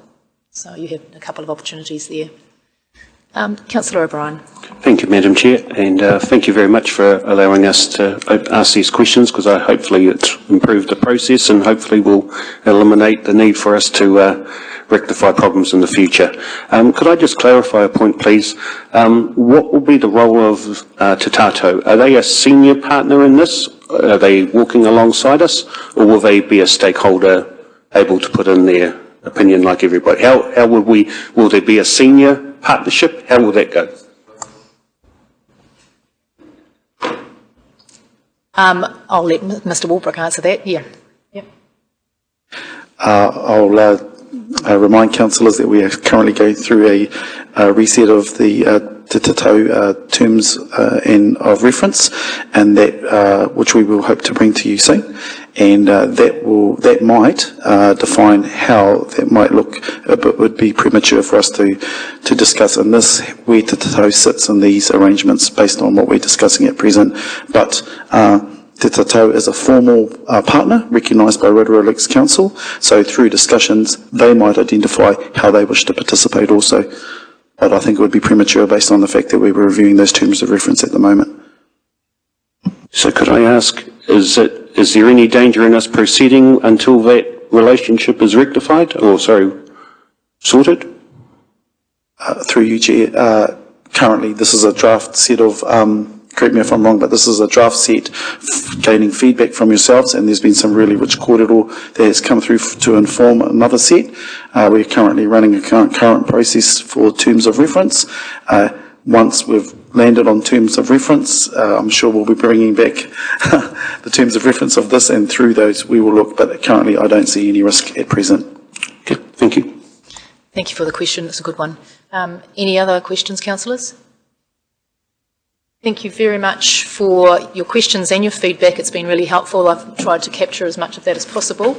I'll just draw your attention back to this motion and the reason why I've done this. It's a piece of work that has started back in June 2024 this year, when we discussed in committee about the wastewater treatment plant and the need to address the discharge point. And we directed the CE to go away and explore all solutions with advice from a broad representation group that may offer overall capital and operational cost certainty and whole-of-life efficiency.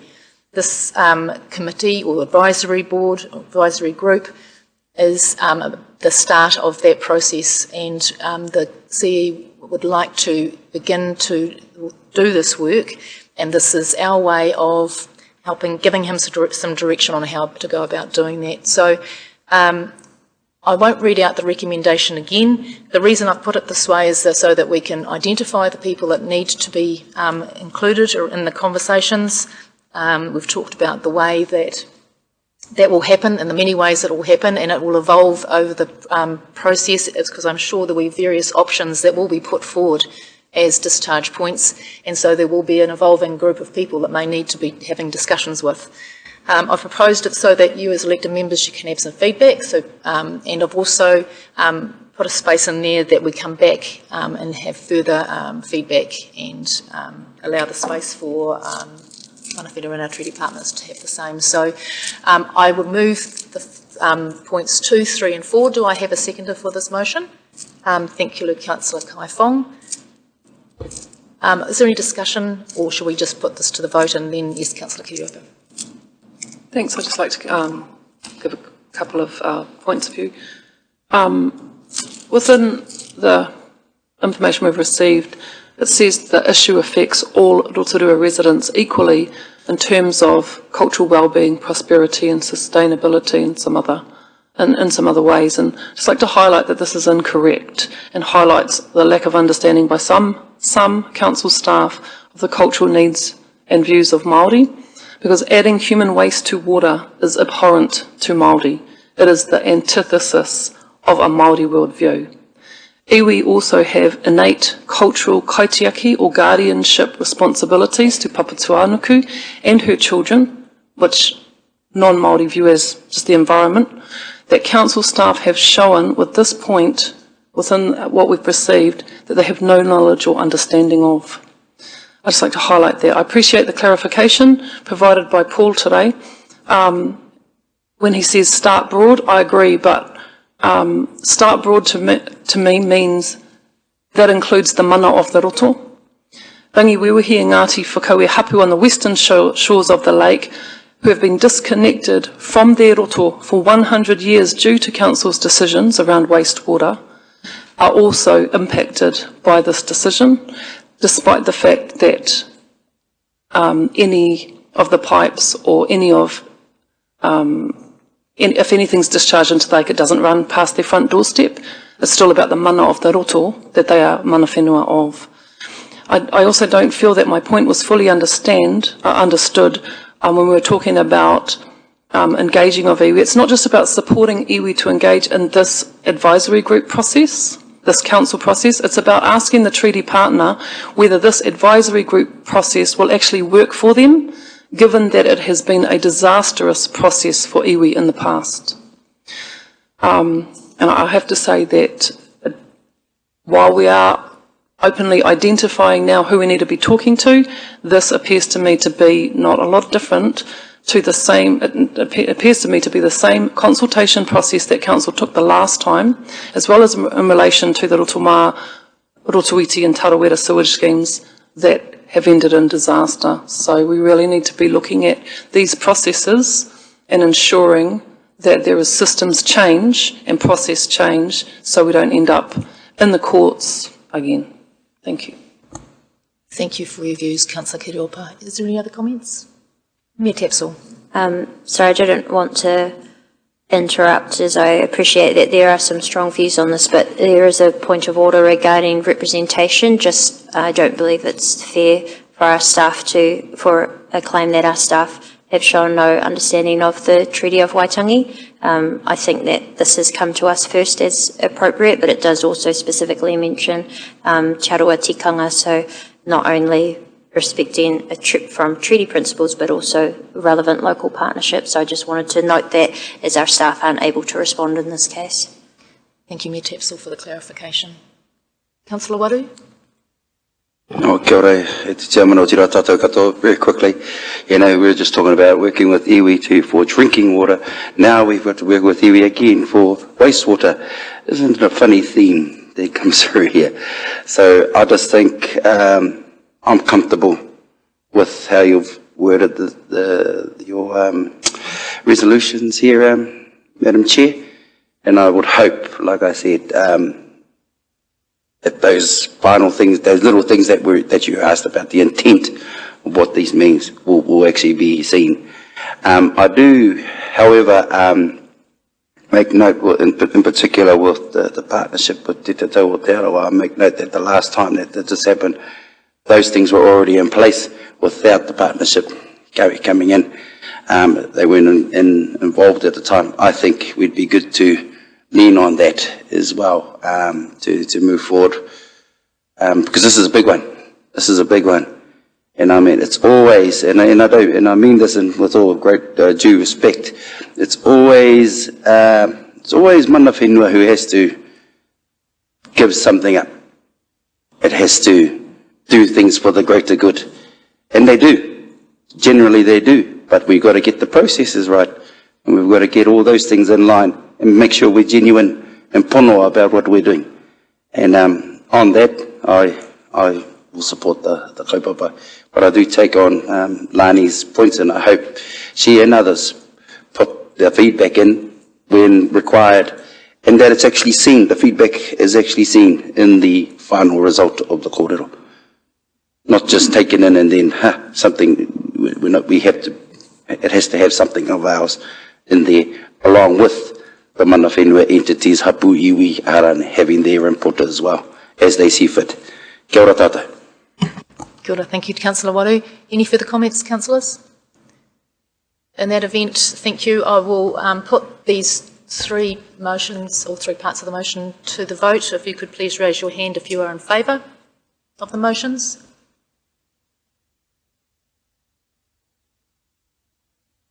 And against? Thank you.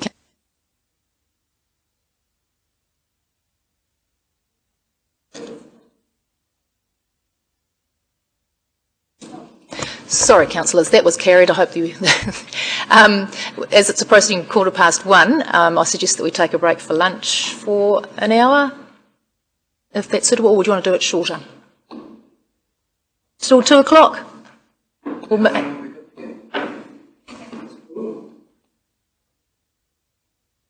Yeah, well, I think we'll convene back at 2 o'clock, please, councillors. Thank you.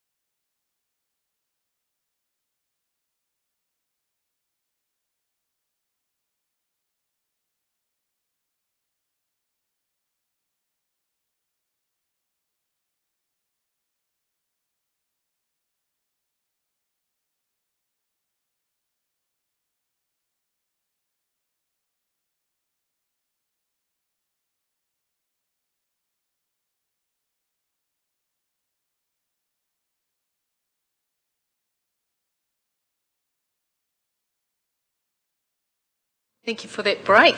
Councillors, we are now on page 37 of your agendas, the Infrastructure and Environment Committee Progress Report. Can I have a mover and a seconder that the report Infrastructure and Environment Committee Progress Report be received? Councillor O'Brien, seconded by Councillor Wang. All those in favour, please say aye. Aye. Against? That is carried. I'll invite Stavros to overview the report and highlight anything you'd like to. Thank you. Thank you, Madam Chair. I'll take the report as read and happy to respond to any questions that may arise from by-elected members. I'm just going to highlight 3 or 4 pertinent things at a high level. As an organisation, we are working at the moment to draft our local water down well water delivery plan and to comply with the amended legislation. As reported earlier, we're trying to put together all the relevant pieces of information required by the legislation so we can consult with the community about at least 2 options in conjunction with our new plan for 25-26. So we're making progress in that respect. 2, as you're aware, the National Land Transport funding arrangements and the government's new GPS have restricted quite a lot of our funding towards what we call active modes of transport, walking, cycling, road safety. We've got very little in our for the next 3 years. And we are adopting a more or less reactive safety-only approach to that because there is no budget to do any works in that respect, but we're focusing attention on to the maintenance of our key assets. Third thing, we have at the moment progressed 2 elements of the issue with the Rotorua injunction. The judge heard from us yesterday afternoon, and also the legal representatives of the Rotorua Board of Control. He will make his decision later this afternoon today with regards to the injunction parameters. Our approach after that will be to consult with our partners, the police, who will need to enforce the injunction, and then identify the right time for the appropriate resources to be dedicated to progress that pipeline. In parallel with that, we're working with our partners, the police. As you know, there's a large hikoi passing through Rotorua on the 15th on the way to Wellington, and we and police are working to make sure that the roads remain as safe as possible, while at the same time respecting the rights of protesting by people. But there will be roading disruptions. We'll put in signage and information as appropriate to avoid congestion and to minimize the potential risk of safety to any person who participates into the hikoi or they don't like the hikoi. So we're just trying to work with the police to create the right safe parameters around that. Fourth element is fluoridation status. Chair Parker continuously urges me to stay in touch with the Ministry of Health and seek clarifications on a couple of key areas, although there's a lot of information on the internet at the moment and in the public at the moment with regards to science, legal evidence and so on. But I believe Councillor Barker informed you all that we sought from the Ministry of Health 2 key responses. One was that the Director General of Health and the Ministry obviously are fully aware of all this emerging science, legal approaches, health issues and so on. And also that they remain, the second thing, they do remain as a lead agency, as a subject matter expert in terms of potential impacts on the health of the community from the application of fluoridation. Because we are not SME subject matter experts. Last night I had a reaffirmation from Ministry of Health that confirming that the Ministry of Health is monitoring, is aware of all the international evidence and debates about fluoridation. They're also fully aware of the United States, court decisions in Northern District of California ruling relating to community water fluoridation, and in October 2024, they are aware, and they want us to be aware that the Director General is complying with the New Zealand High Court direction to review the directive in terms of the Bill of Rights analysis, and she will do so. She's working on that direction, and that they will give us responses to all these issues before we need to activate our fluoridation system in March next year. So I thank them for that, and I said we will continue to seek assurances for you as elected members and our community that before we activate our system, which is currently in the process of being installed at the moment, we'll have the assurances that the Ministry of Health and the Director General is a lead agency in that area. They will shield us from any potential health and science liabilities or any legal liabilities. So this work is ongoing, and we'll continue to advise you as we move forward in that kind of direction. The other thing I wanted to give you a quick update on next week, we are applying for our stormwater comprehensive resource consent, which consolidates 37 current stormwater discharge consents into one single one. And that will, the application is through a commissioner who will represent the Bay and the Regional Council. We're going to be busy next week providing evidence, technical and planning evidence, to that commissioner. And the whole idea behind that, it's is to consolidate all our operational upgrades, the stormwater master plan, quality of water, and monitoring processes into a single consent. That will give us a background and the framework for which we'll continue to develop and improve our stormwater management system for the district. And we do hope that we'll get the resource consent, because that will consolidate for us all the resource consent conditions required to be complied with, and then will be one single way forward for us to progress. The last thing, we did write some letters to communities with regards to the food and organic waste collection. That would not start until 2026. I think that some elected members asked us to consult with the communities, Kareka and Mamaku, whether they still want to be involved into that. We wrote letters to them, and we expect an answer, their responses by the end of November to inform our approach the whole process.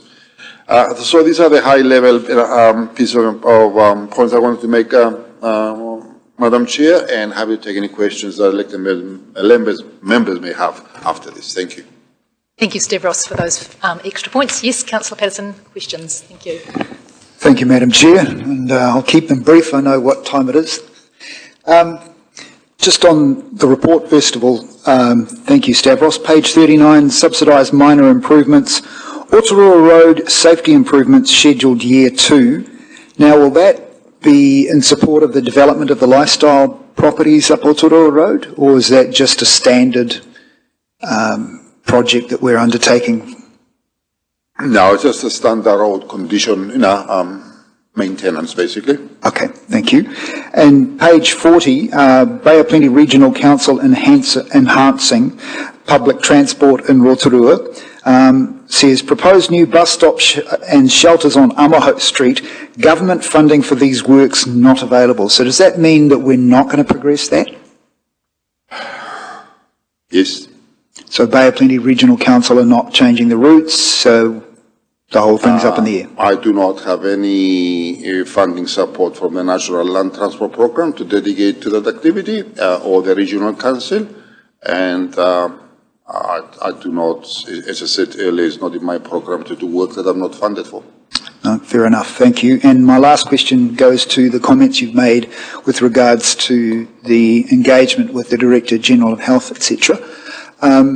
did she give, she, give you any indication as to when those decisions might be made, given our application is supposed to start in March? Well, I did clarify with them again that, we committed to elected members to come back to you with a report sometime in February, letting you know what's the status of our confidence on those elements. So, as I said, there are two things. The Director General should assure us that they are fully aware of all the science and health issues that have been developed, and they still take responsibility for the directive, because that will shield us from that health responsibility. The second thing, they should, again confirm for us that any legal implications inside New Zealand with regards to the court's direction, again, there's no outstanding legal issues. So if we go and activate as an organization, we have done due diligence to transfer that liability and risk into the lead agency, who is the Ministry of Health. So I would like to, I made it very clear, I would like that information in assurance by February, so I can report to you before we push a button for the fluoridation. So last question, what happens if we don't get it? Do we still push the button to meet the deadline, or do we wait? Well, I would recommend not to push the button until we get answers to it. Thank you. That's my view. Councillor Waru, you have a question? Yes, kia ora, Chairman. Just a quick question. Thank you, Stavros, for your report. This report, many reports today. Just wanted to talk in regards to the renewals at Kotu. Is that for all of Kotu, or is it just a certain part of Kotu, the water lines, I believe? No, it's components of the pipelines, Councillor Waru. We can't do all of Kotu. It would be lovely to be able to do it, but we can't. We're doing sections that require the meet the conditions. Home Warner Street, Cutting Street, okay. I was just wondering, would that be going around the marae at all? Is that concluded? I would imagine so, but I can get back to you with some more detail about that. Thank you very much. Kia ora. Thank you. A question from Councillor Lee.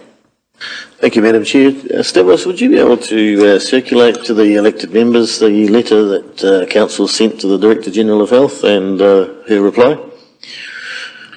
Councillor Barker sent you that, distributed the email in September. I've sent to them. Yes. And certainly the email I got last night, I can distribute it. No problem. Thank you. I wonder if the Director General is aware that 2 remote communities in the Northern Territory are being supplied with bottled water to mitigate risks from drinking water with too much fluoride.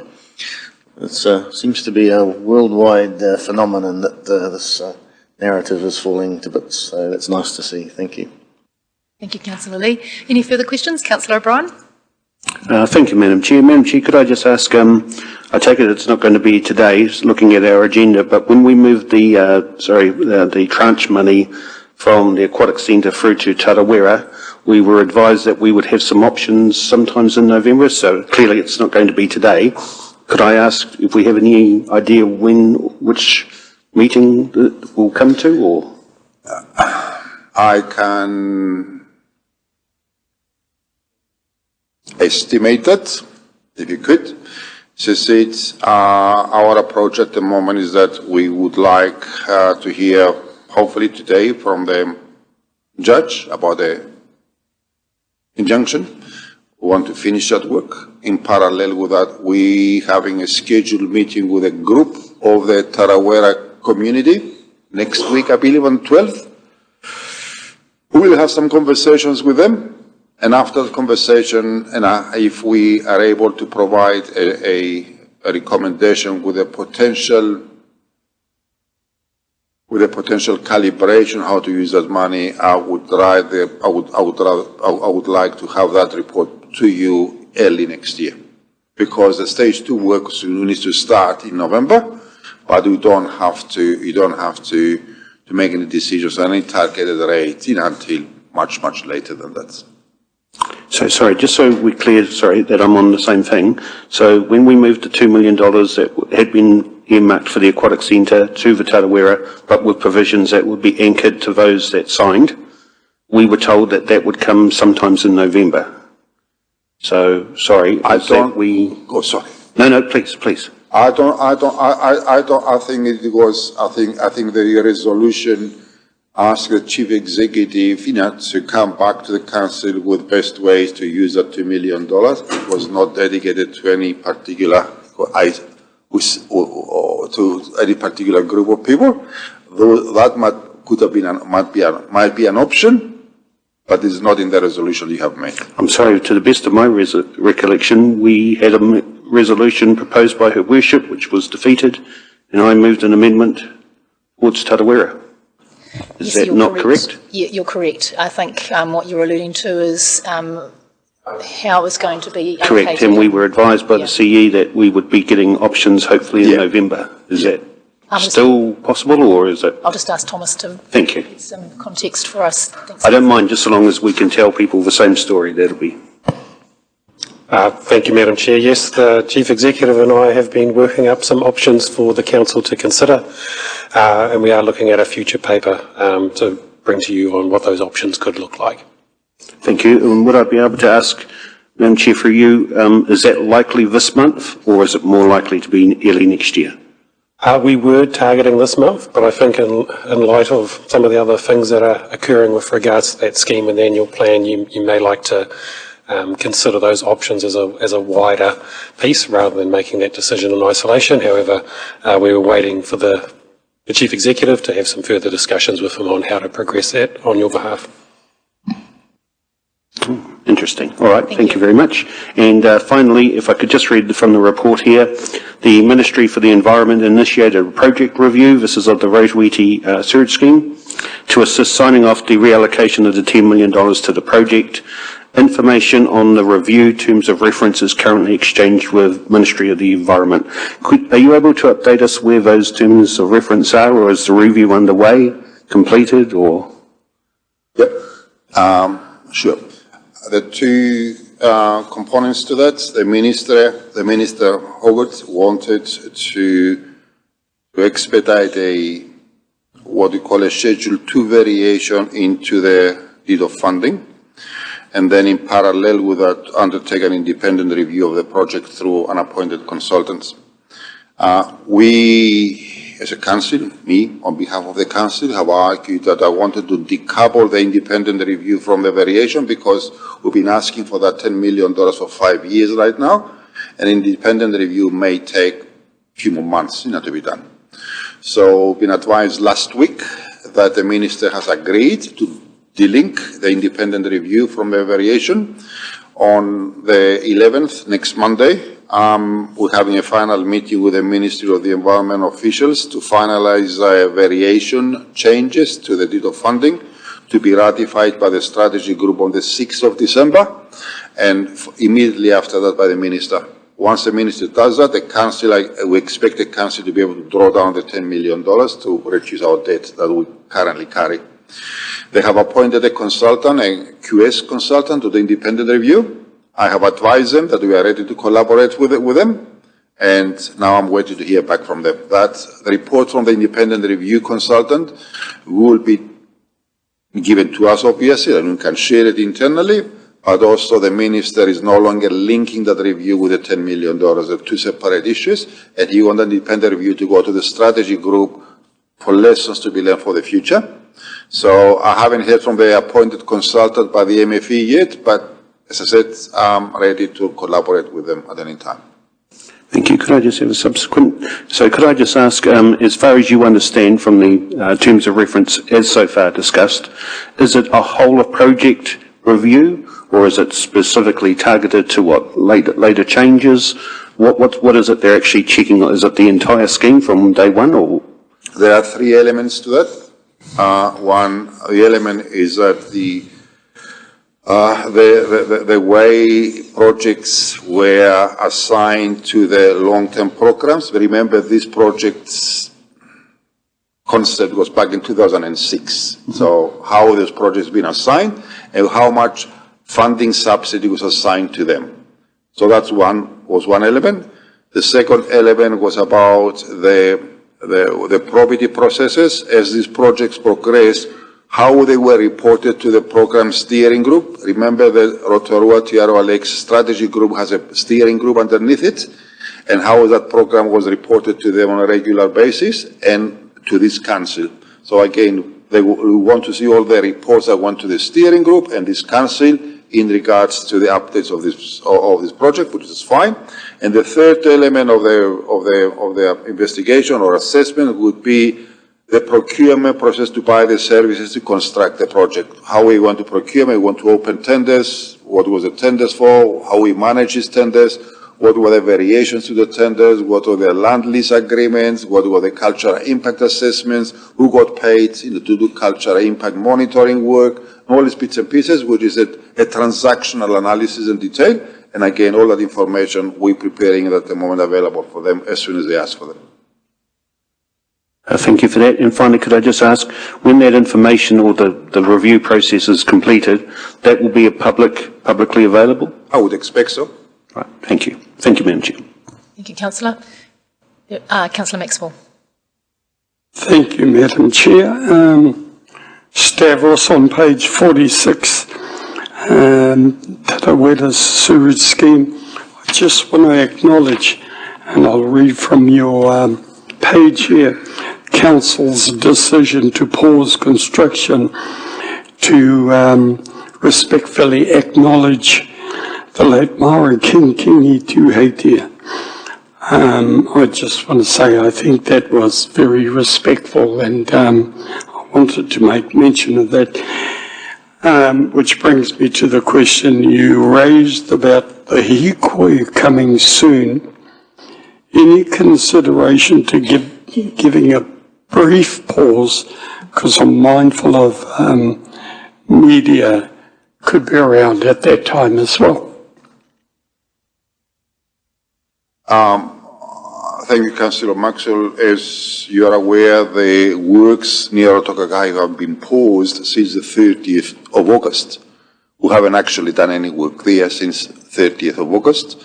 We're waiting for the judge to give us, to allow the injunction to create the safe parameters behind it to work. So since August, the judge made various observations, including a visit by himself on site, and he concluded that the conditions created on site were unsafe for the workers and the general public, and therefore his injunction will make sure that safe conditions are assured. So, and the police can enforce that injunction, but we haven't done any physical work on Rotorua since the 30th of August.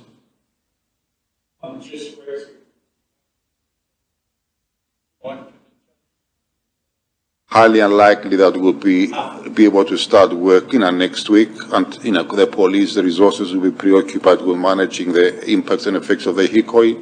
So if any work will start, the earliest would be the week after that.